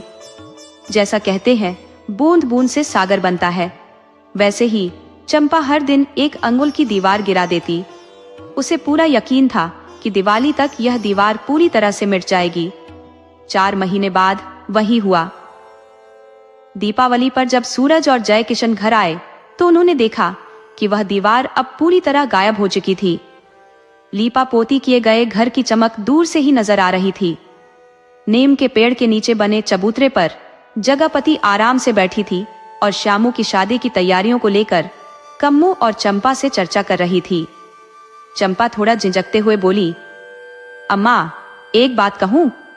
जगपति ने मुस्कुराते हुए कहा, हाँ बोल, क्या मैं तुझे रोकने वाली हूं? अगर मना कर भी दूं तो क्या तू चुप रह जाएगी? चंपा ने हिम्मत जुटाकर कहा, अम्मा, वो करधने मुझे शादी में पहनने को दोगी ना? जगपति ने उसे घूरते हुए कहा, अपनी कमर देखी है, पूरा कमरा बन गई है और करधनी पहनने की बात कर रही है। वो तो श्यामू की बहू को दी जाएगी।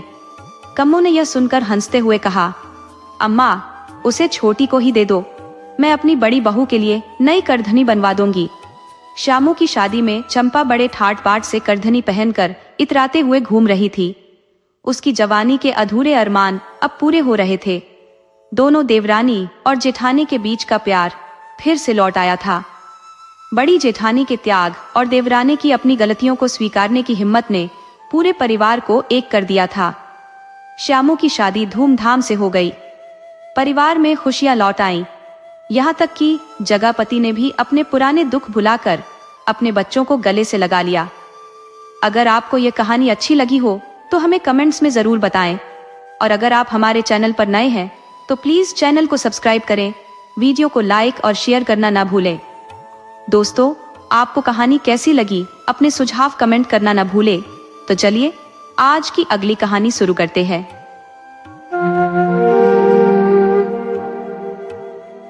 जय किशन और कम्मो ने कुछ दिनों तक यह बात किसी को नहीं बताई, लेकिन 4 महीने बाद उन्हें लगा कि अब कम्मो को किसी अनुभवी की देखरेख में रहना चाहिए। इस सोच के साथ जय किशन ने कम्मो को गांव में अम्मा के पास छोड़ने का फैसला कर लिया। छुट्टी मिलते ही जय किशन कम्मो को लेकर अपने घर पहुंचा। हमेशा की तरह इस बार भी अम्मा यानी जगवती ने कम्मो को देखकर कोई खास खुशी या उत्साह नहीं दिखाया। घर तो पहले ही अलग अलग बने हुए थे और जगवती को लगा कि जय किशन और कम्मो 1-2 दिन में वापस शहर लौट जाएंगे। लेकिन जब जय किशन ने कम्मो को गांव में छोड़कर वापस शहर जाने की बात कही तो अम्मा ने नाराज होकर कहा, देख जय किशन, अगर इसे यहाँ छोड़कर जा रहा है तो इसके खाने पीने की व्यवस्था अलग से करके जा। मैं चाहती हूँ कि मेरे सामने ही दोनों बेटे अपनी गृहस्थी अच्छे से जमा लें। मेरे बाद किसी खेत खलिहान या घर को लेकर लड़ाई झगड़ा ना हो। सब अलग अलग रहो, लेकिन प्रेम से रहो। जय किशन कम्मो को अम्मा की देखरेख में रखने आया था, लेकिन अम्मा की बातों से उसे ऐसा महसूस हुआ कि वह उन्हें अलग करने की बात कर रही है। वह अम्मा को कैसे बताता कि कम्मो माँ बनने वाली है। पुराने समय में लड़के ऐसी बातें अपने माता पिता से कहने में बहुत झिझकते थे। जय किशन को उम्मीद थी कि अम्मा की अनुभवी आंखें यह बात समझ जाएंगी। उसे चिंतित देखकर उसके पिता विशंबर जी ने दिलासा देते हुए कहा, बेटा तू चिंता मत कर, एक दीवार का ही तो फर्क है। हम यहीं पास में ही हैं, कम्मो बहू की देखभाल कर लेंगे। पिता की बातों से जय किशन को थोड़ा सुकून मिला। उसने कम्मो के लिए जरूरत का सारा सामान लाकर रख दिया और उसे अच्छे से समझा दिया कि किसी भी परेशानी में अम्मा से जरूर बात करे। साथ ही घर के कामकाज में मदद के लिए पास की चाची को भी लगा दिया। इसके बाद जय किशन ने कम्मो से अगले महीने फिर आने का वादा किया और शहर लौट गया। चंपा, जो कम्मो की जेठानी थी और उसे बड़ी बहन जैसा मानती थी, कम्मो के गांव में आने से खुश नहीं थी।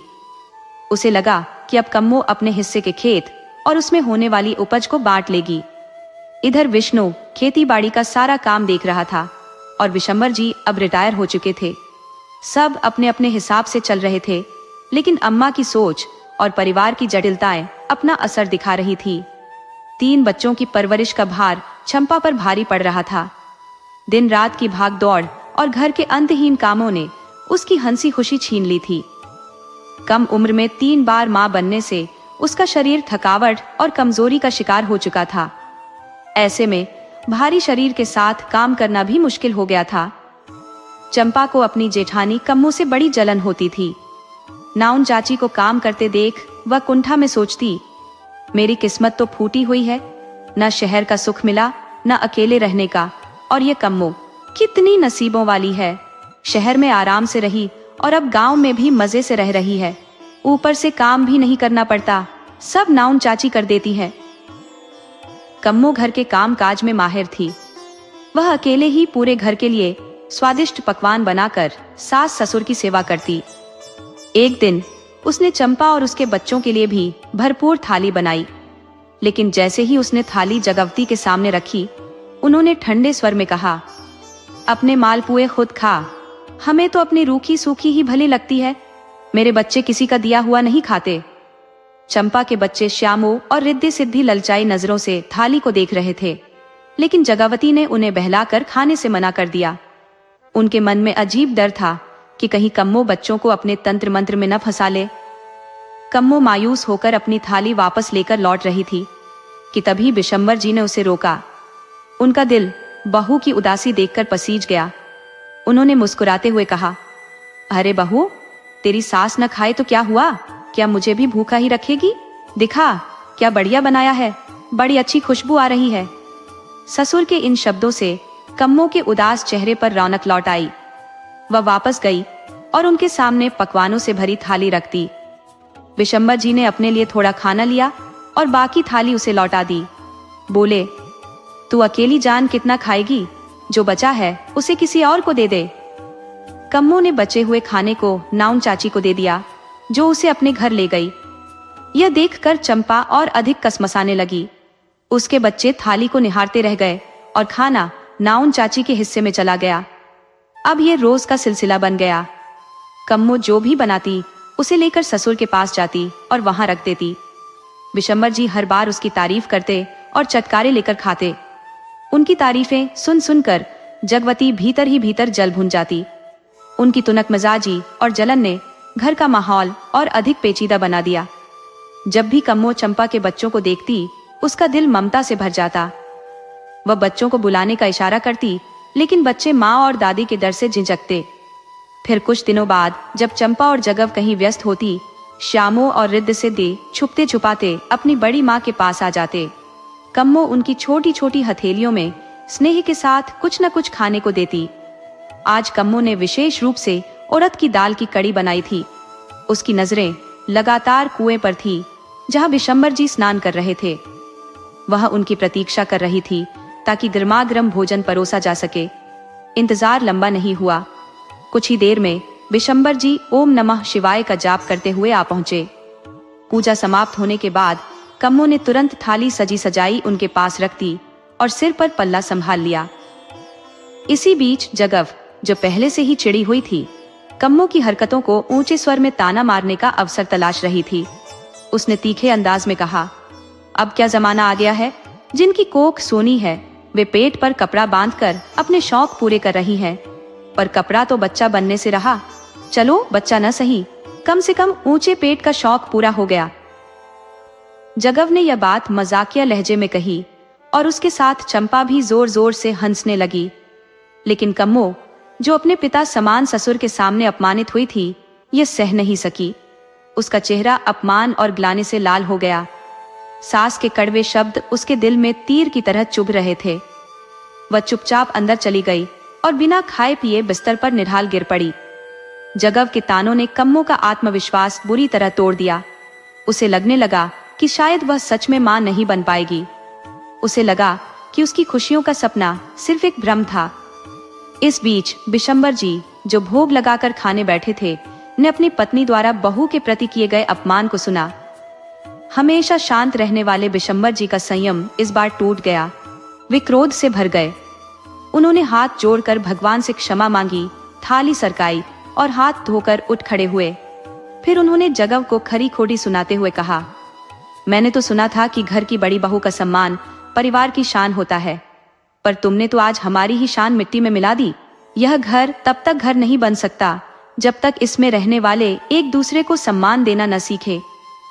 विशंबर जी के इन शब्दों ने पूरे घर में सन्नाटा फैला दिया। जगव को अब अपनी गलती का एहसास हो रहा था, पर वह अपने तानों का बोझ कैसे कम करे, यह उसे समझ नहीं आ रहा था। वहीं कम्मो अंदर कमरे में अपने टूटे सपनों को समेटने की कोशिश कर रही थी। सास माँ होती है, पर तुमने हमेशा उसे डांटा, ताने दिए। मैं सुनता रहा, अनसुना करता रहा। चलो जाने दो, थोड़ा साहस और शक्ति चाहिए। तुमने उसे बहुओं को वश में रखने की बात कही। मैंने भी मान लिया कि ठीक है, शायद वह आत्मनिर्भर बन जाएगी। तुमने उसके हाथ का खाना खाने से मना कर दिया। मैंने सोचा, तुम्हारी मर्जी, चाहे तुम चंपा के हाथ का खाओ या कम्मो के, क्या फर्क पड़ता है। लेकिन आज तुमने हद कर दी। जगव, तुमने उस बेचारी पर आरोप लगाए। छी, ये सब सुनकर मेरा मन दुखी हो गया। अब मैं उसे तुम्हारी कड़वी बातों से दूर रखूंगा। जब तक जय किशन नहीं आता, मैं उसे अकेले नहीं रहने दूंगा। इतना कहकर विशंभर जी बाग की ओर चले गए। गुस्सा शांत करने के लिए टहलने लगे। जगव ने आज तक पति को इतना गुस्से में नहीं देखा था। वह कभी उसे डांटते नहीं थे, लेकिन आज बहुओं के सामने उसे बहुत कुछ सुनना पड़ा। नाराज होकर वह मुंह फुलाए बैठी रही। जय किशन अपने वादे के मुताबिक 1 महीने के अंदर घर लौट आया। उस घटना के बाद कम्मो का हंसना, बोलना और खाना पीना सब बदल गया था। वह कुछ भी बनाकर अपने ससुर को खिला देती, खुद थोड़ा सा खाकर रह जाती। 1 महीने में वह कमजोर हो गई। उसका रंग पीला पड़ गया। जब जय किशन आया तो कम्मो की सारी पीड़ा जैसे बाहर निकल आई। वह उससे लिपट कर फूट फूट कर रोने लगी। रोते हुए बोली, मैं मां नहीं बनने वाली। अम्मा ने कहा, मेरी साड़ी से मेरा पेट ऊंचा दिखता है। मुझे कोई भ्रम हो गया था। मैं कभी आपको औलाद का सुख नहीं दे पाऊंगी। आपका वंश आपके साथ ही खत्म हो जाएगा। आप दूसरी शादी कर लो। मैं घर के किसी कोने में पड़ी रहूंगी। आपको और आपके बच्चे को देखकर खुश हो जाऊंगी। जगव के तानों ने कम्मो को अंदर तक तोड़ दिया था। उसे वही बातें सच लगने लगी। जयकिशन हैरान था। वह बोला, कोई बात नहीं, अगर तुम मां नहीं बन सकती तो क्या हुआ? खुद को दुखी मत करो, सब ठीक हो जाएगा। इंतजार करो, जो होना है वह सामने आ ही जाएगा। मुझे सिर्फ तुम्हारा साथ चाहिए कम्मो। जब तुम और मैं साथ होंगे तो एक दूसरे का सहारा बनेंगे। जयकिशन की बातों से कम्मो का व्यथित मन शांत हुआ। उसके चेहरे पर ऐसी चमक आई जैसे किसी ने उसका सारा दर्द धोकर उजली धूप बिखेर दी हो। कम्मो, जो हंसना बोलना लगभग भूल चुकी थी, थोड़ी सुकून में आ गई।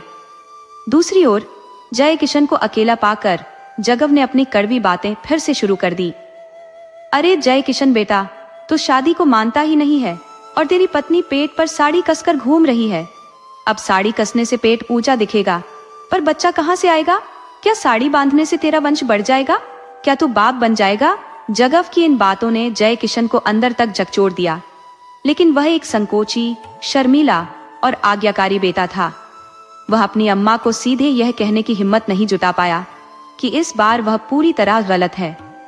वह चुपचाप उनकी बातें सुनता रहा, लेकिन मन में हलचल मची हुई थी। अंत में उसने कहा, अच्छा अम्मा, मैं थोड़ी देर के लिए कमल के यहाँ जा रहा हूँ। कमल के घर पहुंचकर जयकिशन ने अपने दिल की सारी बातें खोलकर रख दी। उसने कमल से सलाह मांगी और कहा, मैं कम्मो को इसलिए लाया था कि अम्मा उसकी अच्छे से देखभाल करेंगी, पर अम्मा ने तो उसका जीना दुश्वार कर दिया है। जब उसे खुश रहना चाहिए तब वह इतनी तनाव में है। कमल ने कुछ देर सोचा और बोला, मित्र, तुम अभी कम्मो भाभी को लेकर घर वापस चले जाओ। फिर जब सिर्फ 1 महीना बचे तब वापस आ जाना। फिर अचानक उसने कहा, सुनो, मैंने एक ऐसी मशीन के बारे में सुना है जो शरीर के अंदरूनी हालात का पूरा हिसाब दे देती है। मैं अपने बेटे को पास वाले शहर के अस्पताल लेकर गया था। वहां के लोग इस मशीन की तारीफ कर रहे थे। तुम भी ऐसा करो, भाभी को शहर ले जाकर इस मशीन से जांच करवाओ। इससे उनकी सारी शंकाएं दूर हो जाएंगी और उनका तनाव भी कम होगा। इस हालत में उनका खुश रहना बेहद जरूरी है। कमल से अस्पताल और डॉक्टर की सारी जानकारी लेकर जयकिशन ने ठान लिया कि वह अगली सुबह ही कम्मो को शहर ले जाएगा।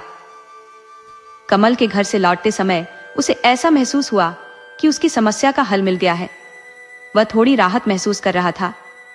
कमल से विदा लेकर वह अपने घर चला गया, मन में नई उम्मीद लिए। जयकिशन और कम्मो सुबह जल्दी तैयार हो गए।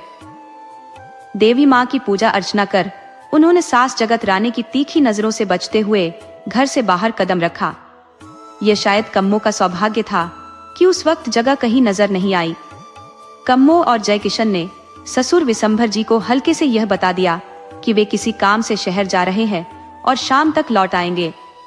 कमल द्वारा बताए गए पते पर जयकिशन कम्मो को लेकर शहर के अस्पताल पहुंचा। वहां के प्रमुख डॉक्टर साहब ने कम्मो की जांच की। डॉक्टर ने उसकी परेशानी पूछी तो कम्मो ने रुंधे गले से बताया, मुझे भूख नहीं लगती, कुछ भी अच्छा नहीं लगता, खाने का मन नहीं करता, सुस्ती और कमजोरी हमेशा घेरे रहती है। डॉक्टर साहब मुस्कुराए और कहा, यह सब इस अवस्था में सामान्य है। दरअसल आप मां बनने वाली हैं, इसी कारण ये सब लक्षण उभर रहे हैं। डॉक्टर की बात सुनकर कम्मो की आंखें भर आईं। वह रो पड़ी। जगत रानी के कटाक्ष और तानों ने उसे ऐसा यकीन दिला दिया था कि उसकी अपनी सच्चाई भी झूठ लगने लगी थी। जयकिशन ने कमल के बताए सुझाव के अनुसार डॉक्टर से अनुरोध किया कि क्या किसी तरीके से बच्चे की तस्वीर देखी जा सकती है। पहले तो डॉक्टर ने मना कर दिया, ये कहते हुए कि इससे बच्चे को नुकसान हो सकता है, लेकिन पति पत्नी की भावनाओं को समझते हुए उन्होंने अनुमति दे दी। डॉक्टर साहब कम्मो को एक बड़े कमरे में ले गए जहां एक विशाल मशीन लगी थी। नर्स ने कम्मो को हल्के हरे रंग का गाउन पहनने को दिया। कुछ ही पलों में मशीन ने तस्वीर खींच ली। डॉक्टर ने उन्हें घर लौटने और 2 दिन बाद रिपोर्ट लेने आने को कहा। जय किशन और कम्मो देर शाम घर पहुंचे। दरवाजे पर जगह बैठी थी। उनकी आंखों में गुस्सा और जुबान पर जहर था। उन्होंने तंज कसते हुए कहा, जब बाल बच्चे ही नहीं हो रहे तो जिंदगी भर यूं ही घूमते डोलते रहोगे, दली गली, कोई जिम्मेदारी तो है नहीं। जय किशन ने माँ के तानों को अनसुना किया और कम्मो को लेकर चुपचाप अंदर आ गया। सफर की थकान से चूर कम्मो में कुछ पकाने की ताकत नहीं बची थी। ये देख जय किशन ने कहा, तुम फिक्र मत करो, मैं खिचड़ी बना लेता हूँ। दोनों ने सादा खाना खाया और सो गए। रिपोर्ट के इंतजार में 2 दिन जैसे किसी भारी बोझ तले दबे हुए बीते, लेकिन उनके दिल में उम्मीद की हल्की लौ जलती रही। जय किशन दोबारा रिपोर्ट लेने शहर के अस्पताल पहुंचा। डॉक्टर ने रिपोर्ट देते हुए उसे समझाया, ये बच्चे का सिर है और ये उसके हाथ पांव है। ये सुनकर और तस्वीर में देखकर जय किशन की आंखों में विश्वास और खुशी झलकने लगी। उसे यकीन नहीं हो रहा था कि यह वाकई उसका बच्चा है। उमंग से भरकर जय किशन ने रास्ते में एक हांडी रसगुल्ले खरीदे और तेजी से घर की ओर बढ़ चला। उसका मन कर रहा था कि जितनी जल्दी हो सके वह घर पहुंचे और कम्मो को उनके होने वाले बच्चे की पहली झलक दिखाए। घर पहुंचते ही वह सीधे जगत रानी के पास गया और रसगुल्ले की हांडी उनके हाथों में पकड़ाते हुए बोला, अम्मा, ये आपके लिए है। रसगुल्ले जगत रानी की कमजोरी थी। उन्हें देखकर उनका मन डामाडोल हो गया और उन्होंने तुरंत हांडी लपक ली। जय किशन ने झुककर अम्मा के पांव छुए। यह देख जगत रानी हैरान रह गई। उन्होंने पूछा, आज क्या बात है? तीज त्योहार तो नहीं है, फिर पांव क्यों छू रहा है? कहीं जा रहा है क्या? जय किशन मुस्कुराते हुए बोला, नहीं अम्मा, 2 दिन बाद जाऊंगा, पर माँ का आशीर्वाद लेने के लिए कोई खास मौका जरूरी थोड़े ही होता है। ये सुनकर जगत रानी खुश हो गई और उसे दिल से आशीर्वाद दिया। इसके बाद जय किशन अपने हिस्से के कमरे में गया, जहां कम्मो शाम के खाने के लिए सब्जी काट रही थी। वह उसके पास जाकर बैठा और बोला, तुम बेवजह परेशान हो रही थी। डॉक्टर साहब ने कहा है कि सब कुछ ठीक है। चलो हाथ धोकर आओ, तुम्हें कुछ दिखाना है। कम्मो ने जल्दी से हाथ धोए और पल्लू से पोंछते हुए आई। जय किशन ने उसे पास बिठाया और झोले से डॉक्टर द्वारा दी गई तस्वीर निकालकर दिखाने लगा। तस्वीर में अस्पष्ट आकृतियां थी, जिन्हें देखकर कम्मो कुछ समझ नहीं पाई। तब जय किशन ने उसी तरह समझाना शुरू किया जैसे डॉक्टर ने उसे समझाया था। उसने कहा, देखो, ये बच्चे का सिर है और ये उसके नन्हे हाथ पांव है। कम्मो ने तस्वीर को अपने हाथों में ले लिया और उंगलियां तस्वीर पर फेरते हुए महसूस करने लगी जैसे वह सचमुच अपने बच्चे को छू रही हो। उसकी आंखों में खुशी के आंसू भर आए। तमाम आशंकाएं जो उसके मन में उठ रही थी अब शांति में बदल गई। उसे यकीन हो गया कि सब कुछ सही दिशा में है और उसका मन अब पूरी तरह हल्का हो चुका था। जय किशन और कम्मो का सफर अब नए मोड़ पर था। डॉक्टर ने साफ कहा था कि बच्चे के जन्म के समय कोई दिक्कत हुई तो शहर में हर सुविधा मिलेगी, लेकिन गांव में कुछ कर पाना मुश्किल होगा। इसीलिए जय किशन कम्मो को साथ लेकर शहर चला गया। जगपति को शुरू से ही कम्मो की बातों पर भरोसा नहीं था। उसे कम्मो की हर बात एक दिखावा लगती थी, पर बसंत जी का दिल कहता था कि वे दादा बनने वाले हैं। कम्मो कोई बहाना नहीं बना रही थी। जाते जाते जय किशन ने बसंत जी को भरोसा दिलाया, पिताजी, आप बिल्कुल चिंता मत करना, बहू और बच्चे का पूरा ख्याल रखूंगा। कोई भी बात हुई तो तुरंत आपको खबर कर देंगे। उस जमाने में गर्भावस्था में डॉक्टर को दिखाने का चलन नहीं था, पर जय किशन ने कम्मो की सेहत का पूरा ध्यान रखा। वह डॉक्टर से नियमित सलाह लेता, कम्मो को हर काम में मदद करता, उसे भारी सामान उठाने या मेहनत का कोई काम नहीं करने देता था। समय अपनी रफ्तार से गुजरता गया। वह घड़ी भी आई जिसका सबको बेसब्री से इंतजार था। आखिरकार कम्मो ने एक स्वस्थ और प्यारे बच्चे को जन्म दिया। वह दिन कम्मो के लिए जैसे किसी वरदान से कम नहीं था। उसे बीते दिनों के ताने, व्यंग्य और चुभती बातें सब भूल गई। उसे अब सिर्फ एक बात याद थी, वह मां बन चुकी है। उसके लिए यह पल उसकी जिंदगी का सबसे अनमोल क्षण था। जैसे ही बच्चा हुआ, जय किशन ने बिना देरी किए बसंत जी को तार भेज दिया। उस समय तार का मतलब ज्यादातर बुरी खबर हुआ करता था। शाम ढलने जब डाकिया तार लेकर आया तो जगपति के होश उड़ गए। उसका दिल आशंका से कांपने लगा। वह मन ही मन भगवान से प्रार्थना करने लगी, हे भगवान, सब कुशल हो। बसंत जी उस समय संध्या पूजा में लीन थे। उनकी पूजा कभी बीच में नहीं रुकती थी, चाहे कोई कितना भी जरूरी काम क्यों ना हो। इसलिए जगपति ने विष्णु को आवाज लगाई। विष्णु, जो अभी अभी बाहर से आया था, हाथ मुंह धो रहा था। अम्मा की तेज आवाज सुनकर विष्णु थोड़ी हैरानी में पड़ गया। हाथ में पकड़ा लौटा वहीं जमीन पर रखकर और गले में डाला गमछा ठीक करते हुए वह जल्दी जल्दी बाहर आया। उसने पूछा, क्या हुआ अम्मा, इतनी जोर जोर से क्यों पुकार रही हो? अम्मा ने हाथ में पकड़ा कागज उसे थमाते हुए कहा, जरा देख तो सही, ये मुआ तार कहाँ से आ गया? मेरा तो दिल बैठा जा रहा है, पढ़कर बता, आखिर इसमें लिखा क्या है? विष्णु भी चिंतित हो गया। उसने कागज खोला और पढ़ना शुरू किया। पढ़ते ही उसके चेहरे पर एक मुस्कान दौड़ गई और वह खुशी से चिल्लाने लगा, अम्मा घबराओ मत, ये तो खुशखबरी है। तुम अब एक प्यारे से बच्चे की दादी बन गई हो। कम्मो भाभी ने बेटे को जन्म दिया है। जगपति को तो जैसे यकीन ही नहीं हुआ। उसे लगा, क्या वाकई कम्मो माँ बन सकती है? उसकी सारी उम्मीदें तो कब की खत्म हो चुकी थी। लेकिन जब उसने खुद को संभाला तो इस बात से इनकार करने का कोई कारण भी नहीं बचा।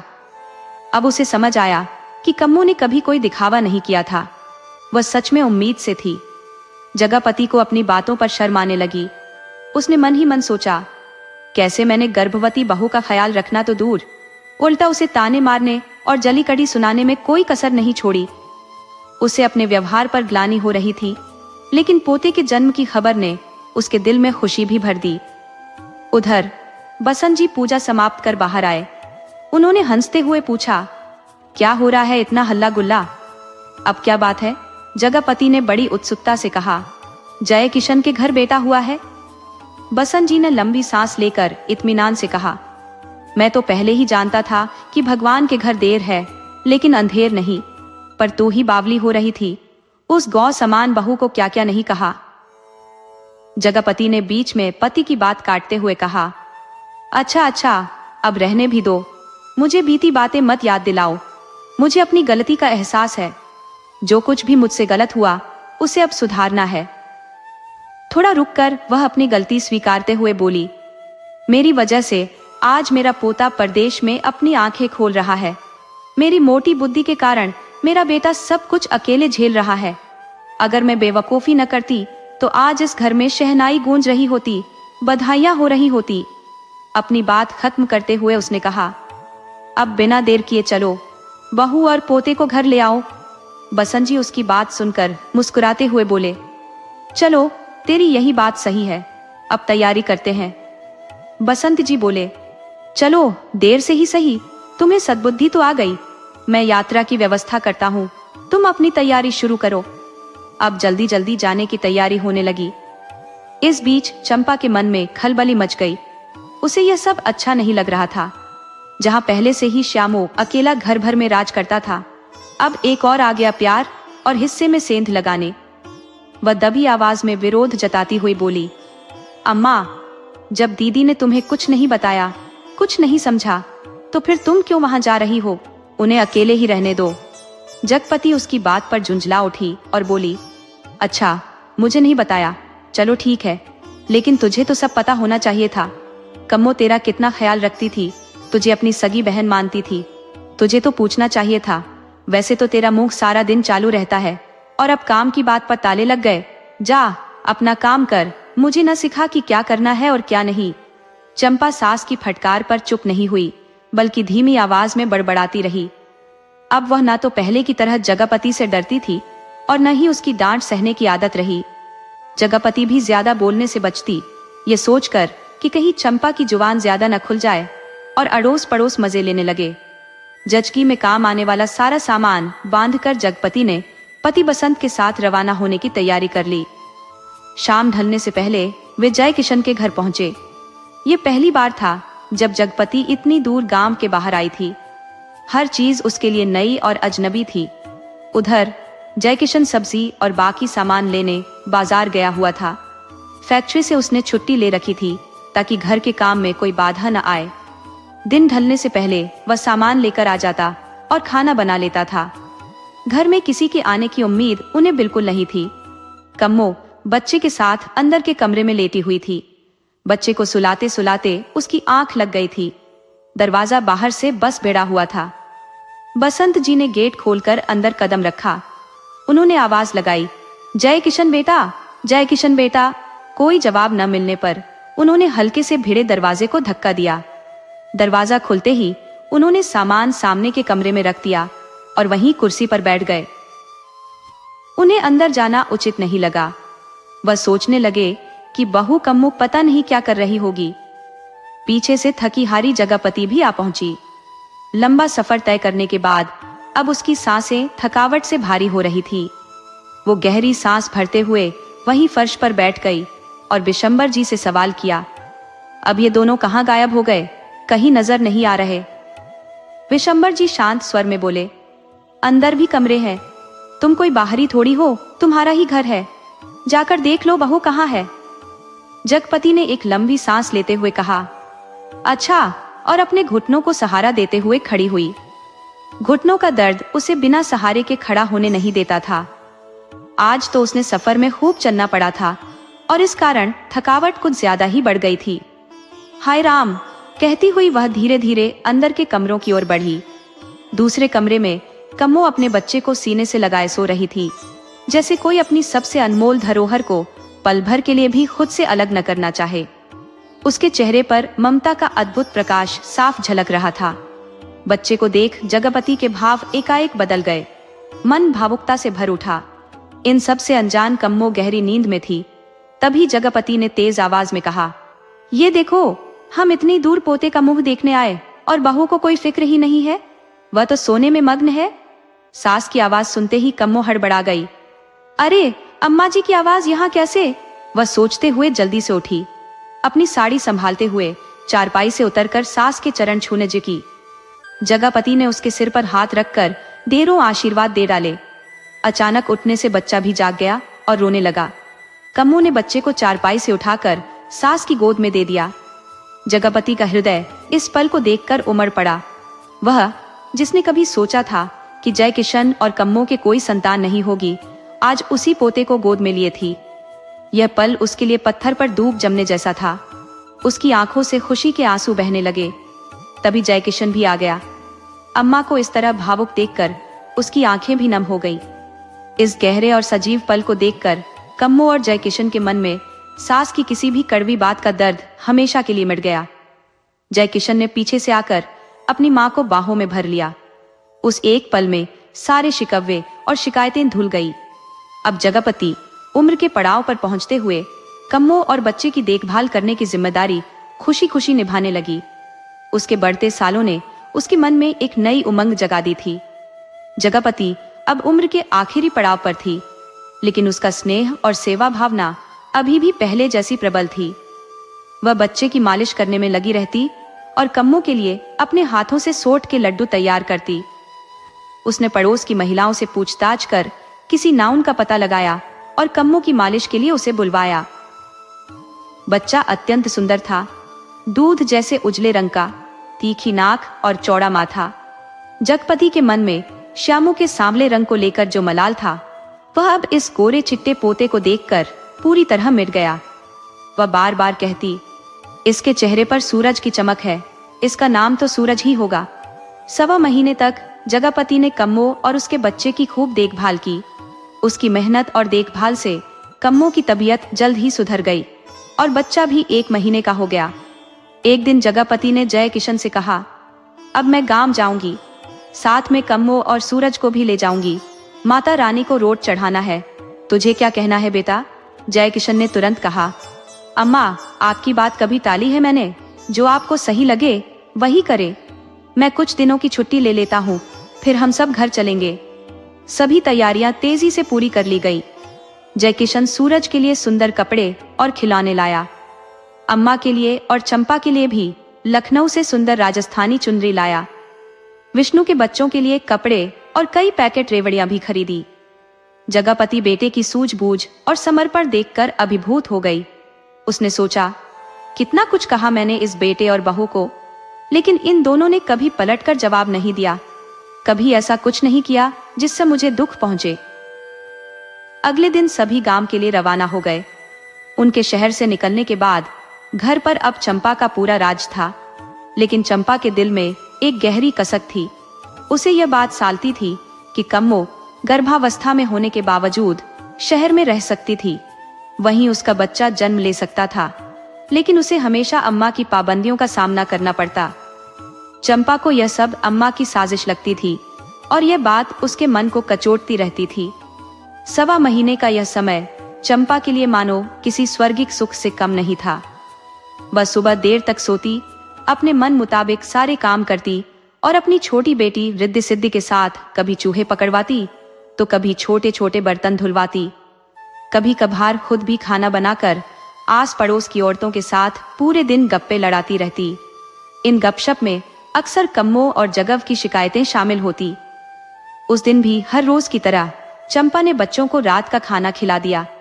चूल्हे पर दाल चढ़ाकर चावल थाली में लेकर वह बाहर चारपाई पर बैठी पड़ोसन से बातें कर रही थी। बातें करते हुए बीच बीच में चावल भी खा लेती। बच्चे बाकी बच्चों के साथ खेल रहे थे। इस 1 महीने में चंपा का स्वभाव पूरी तरह से बदल गया था। अब न उसमें पहले जैसा झिझक बचा था, न कोई संकोच। वह पुरखों जैसा व्यवहार करने लगी थी। इसी दौरान घर के सामने एक इक्का रुका।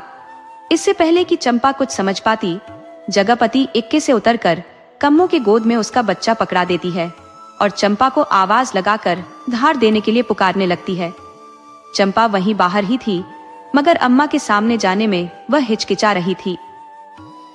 तभी बच्चे जगपति के पास आकर खड़े हो गए। जगपति उनसे कुछ पूछने ही वाली थी कि उसकी नजर बाहर खड़ी चंपा पर पड़ गई। गुस्से में वह बोल पड़ी, अच्छा तो तू यहाँ मजलिस लगाए बैठी है, मैं अंदर तुझे पुकार रही हूँ और तू यहाँ गप्पे मार रही है। तुझे दिखता नहीं है कि तेरी जेठानी दरवाजे पर गोद में बच्चा ली खड़ी है? धार देगी या मैं इसे ऐसे ही अंदर भेज दूं? सास की यह डांट चंपा को पड़ोसन के सामने बुरी लग गई। कुछ ही देर पहले वह घर की मालकिन बनकर बातें कर रही थी। चंपा कहाँ मानने वाली थी। वह तपाक से बोली, पर अम्मा, दीदी तो अपने घर जाएगी तो मैं क्या करूं? जगव का सब्र टूट गया। वह चिल्लाई, ठहर जा, ला मेरी लाठी, अभी बताती हूँ तुझे। ये सुनते ही चंपा तेजी से घर के अंदर चली गई। वह एक लोटे में पानी, सूप में चावल और हल्दी की कुछ गांठें डालकर बाहर आई। उसने कम्मो और बच्चे के ऊपर से धार उतारा और फिर बच्चे को सूप में लिटाकर उसे उठा लिया। लेकिन यह सब वह चालाकी से कम्मो वाले हिस्से में ही कर रही थी। चंपा ने मन ही मन सोचा, कहीं ऐसा न हो कि दीदी मेरे घर पर ही रहने आ जाए और मुझे उसकी सेवा करनी पड़े। उसने अपनी योजना पर पहले ही काम कर लिया था। जगपति सब कुछ भली भांति समझ रही थी, परंतु उसने इस समय अधिक कुछ कहने से बचना ही उचित समझा। घर में जगव का वापस लौटना चंपा को तनिक भी अच्छा नहीं लग रहा था, मगर वह विवश थी, कुछ कर नहीं सकती थी। उसने एक उपाय सोचा, यदि वह घर के कामों में लापरवाही बरतेगी, समय पर खाना न बनाएगी, तो दीदी स्वयं ही अम्मा को अपने पास खिला पिला ले जाएगी। हालांकि जगव और बिशंबर जी अब भी चंपा और विष्णु के साथ ही रहते थे, लेकिन कम्मो खाना बनाकर पहले उन्हीं को खिला देती थी। पहले जब कम्मो मां नहीं बनी थी, तब उसने श्यामू को अपना बेटा मानकर दिल से स्वीकार किया था। लेकिन चंपा की ईर्ष्या ने सूरज को उसके प्रेमपूर्ण गोद में आने ही नहीं दिया। चंपा की असल समस्या यह थी कि अब तक श्यामू ही घर का इकलौता वारिस था, लेकिन अब सूरज भी उसके हिस्से में सेंध लगाने आ गया था। ऊपर से सूरज का दूध जैसा उजला रंग चंपा को भीतर तक टीस पहुंचाता था। वह श्यामू और सूरज की तुलना करती और एक साथ देखने पर ये दोनों दिन और रात की तरह प्रतीत होते थे। उनमें दिन रात जितना बड़ा अंतर था, जो चंपा की व्यथा का कारण बना। इधर जगव ने शीतला माता की पूजा रखवाई। पूजा के उपरांत जयकिशन छुट्टी खत्म होने तक वहीं रुका। जब वह लौटने की तैयारी करने लगा तो कम्मो को भी अपने साथ ले जाने की बात कह दी। ये सुनते ही जगपति ने टोका, रे, कम्मो को ले जा रहा है? जयकिशन, क्या पगला गया है तो? इतना छोटा बच्चा है, वह घर और बच्चा दोनों कैसे संभालेगी? नहीं, अभी मत ले जा, जब सूरज थोड़ा बड़ा हो जाएगा तब ले जाना। जगपति नहीं चाहती थी कि कम्मो और सूरज जाएं, लेकिन जयकिशन को चंपा के व्यवहार से साफ समझ आ गया था कि वह बिल्कुल भी नहीं चाहती कि कम्मो और सूरज यहाँ रहे। जयकिशन जानता था कि अगर उसने अम्मा की बात मानकर कम्मो को यहाँ छोड़ दिया तो रोज किसी न किसी बात पर तकरार होगी। इससे गांव वालों को हंसने और निंदा करने का मौका मिल जाएगा। इन सब बातों पर विचार करते हुए जयकिशन ने निर्णय किया कि थोड़ी देर के लिए अम्मा की नाराजगी सह लेना ही बेहतर होगा। उसने कहा, माँ, तुम चिंता क्यों करती हो? सब संभाल लेंगे। सुबह शाम मैं तो यहाँ रहता ही हूँ। जब मैं रहूंगा तो सूरज को संभाल लूंगा। कम्मो अपने काम निपटा लेगी। फिर 2 लोगों का काम ही कितना होता है, और अगर कम्मो से नहीं संभला तो मैं तुरंत आ जाऊंगा। अब कोई बंबई थोड़ी है, पास ही हूँ। जयकिशन के लंबे समझाने बुझाने के बाद जगव ने आखिरकार कम्मो और सूरज को साथ भेजने की सहमति दे दी। हालांकि उसने यह शर्त रखी कि हर त्योहार पर जयकिशन अपने परिवार के साथ घर जरूर आए। जयकिशन ने मुस्कुराते हुए इस शर्त को सहर्ष स्वीकार किया और बोला, माँ, तुमने यह न भी कहा होता तो भी मैं हर त्योहार पर यहीं आता। माता पिता का आशीर्वाद लेकर वह अपने परिवार को साथ लेकर अपनी ड्यूटी पर लौट गया। कम्मो और सूरज के जाने के बाद चंपा के मन में जलन और बढ़ गई। वह विष्णु से झगड़ते हुए बोली, देखा भैया जी, दीदी सूरज को लेकर चली गई। उन्होंने अम्मा की एक न सुनी। और तुम तो अम्मा के परम भक्त हो। अम्मा ने मना कर दिया तो तुरंत श्रवण कुमार बन गए। क्या तुम्हारी हिम्मत नहीं थी कि उन्हें रोक लेते? विष्णु पहले तो उसकी बातें सुनता रहा, मगर जब बर्दाश्त से बाहर हो गया तो झल्ला कर बोला, चंपा, तुम भाभी की बराबरी मत करो। तुम्हारे बस की तो घर संभालना भी नहीं है। बच्चे संभालना तो दूर की बात है। बंबई में लोग छोटे से कमरे में रहते हुए सब संभाल लेते हैं, और यहाँ तो अम्मा है जिन्होंने बच्चों को अच्छे से पाल पोस दिया है, वरना तुम्हें तो किसी चीज की परवाह भी नहीं है। यह कहकर विष्णु गुस्से में बड़बड़ाती हुई चंपा को छोड़ खेत की ओर निकल गया। उधर कम्मो बिना किसी शिकायत के सूरज को संभाल रही थी और साथ ही घर के सारे काम भी निपटा रही थी। सूरज अब धीरे धीरे कम्मो के साए में बड़ा हो रहा था। हर दीपावली और होली पर जयकिशन अपने परिवार के साथ घर आता। रक्षाबंधन के दिन वह इस बात का खास ख्याल रखता कि सूरज की कलाई सूनी न रह जाए, इसीलिए वह रिद्ध सिद्ध से राखी बनवाने भी जाता। कम्मो और जयकिशन ने कभी सूरज और श्यामू के साथ कोई भेदभाव नहीं किया। दोनों के लिए एक जैसे कपड़े खरीदे जाते और उनका पूरा ध्यान रखा जाता। परंतु चंपा का स्वभाव सुधरने के बजाय दिनों दिन खराब होता जा रहा था। उसकी ईर्ष्या की ज्वाला बुझने का नाम नहीं ले रही थी और वह हर बार किसी न किसी बहाने से विष्णु से झगड़ने का मौका ढूंढ लेती थी। चंपा के मन में जाने कौन सी उधेड़बुन चल रही थी, मगर इतना तय था कि वह कम्मो से जलन के साथ साथ सूरज के प्रति भी अजीब सा द्वेष पाल बैठी थी। सूरज उसे बिल्कुल भी पसंद नहीं था। अब होली आने वाली थी। जगव ने पूरे घर की पुताई और सफाई करवा ली थी। जयकिशन, कम्मो और सूरज के आगमन का इंतजार हर रोज होता। जगव ने चंपा के व्यवहार को देखते हुए पहले ही यह ठान लिया था कि उसके न रहने पर भाई भाई के बीच किसी भी प्रकार की खटपट न हो, इसलिए 1 साल पहले ही खेत का बंटवारा कर दिया था। हालांकि चंपा ने खेत को केवल 2 हिस्सों में बांटने नहीं दिया। वह अड़ गई और बोली, जब आप और पिताजी हमारे साथ रहते हैं तो खेत के 3 हिस्से होने चाहिए। आपका खर्च कौन उठाएगा, इसलिए 1 हिस्सा आपका भी होना चाहिए। जगव ने आखिरकार खेत को 3 हिस्सों में बांट दिया। अब वह चंपा के साथ रहने लगी तो उपज का हिस्सा भी उसी के पास रहता। जयकिशन के हिस्से का अनाज भी वह विष्णु को दे जाता था, यह कहते हुए, इतना अनाज मैं कहाँ ले जाऊंगा, मेरा खर्च तो कम है, तेरा परिवार बड़ा है, तेरे बच्चों के लिए यही सही रहेगा। इस बार होली के 1 दिन पहले ही जयकिशन घर आ गया। आते ही वह सूरज और विष्णु के बच्चों श्यामो और रिद्धि सिद्धि के लिए पिचकारी और रंग अबीर खरीदने बाजार चला गया। बाजार से लौटकर वह सभी के लिए कुछ न कुछ लेकर आया। अम्मा के लिए उनका पसंदीदा अनरसा था तो पिताजी के लिए रामनामी गमछा।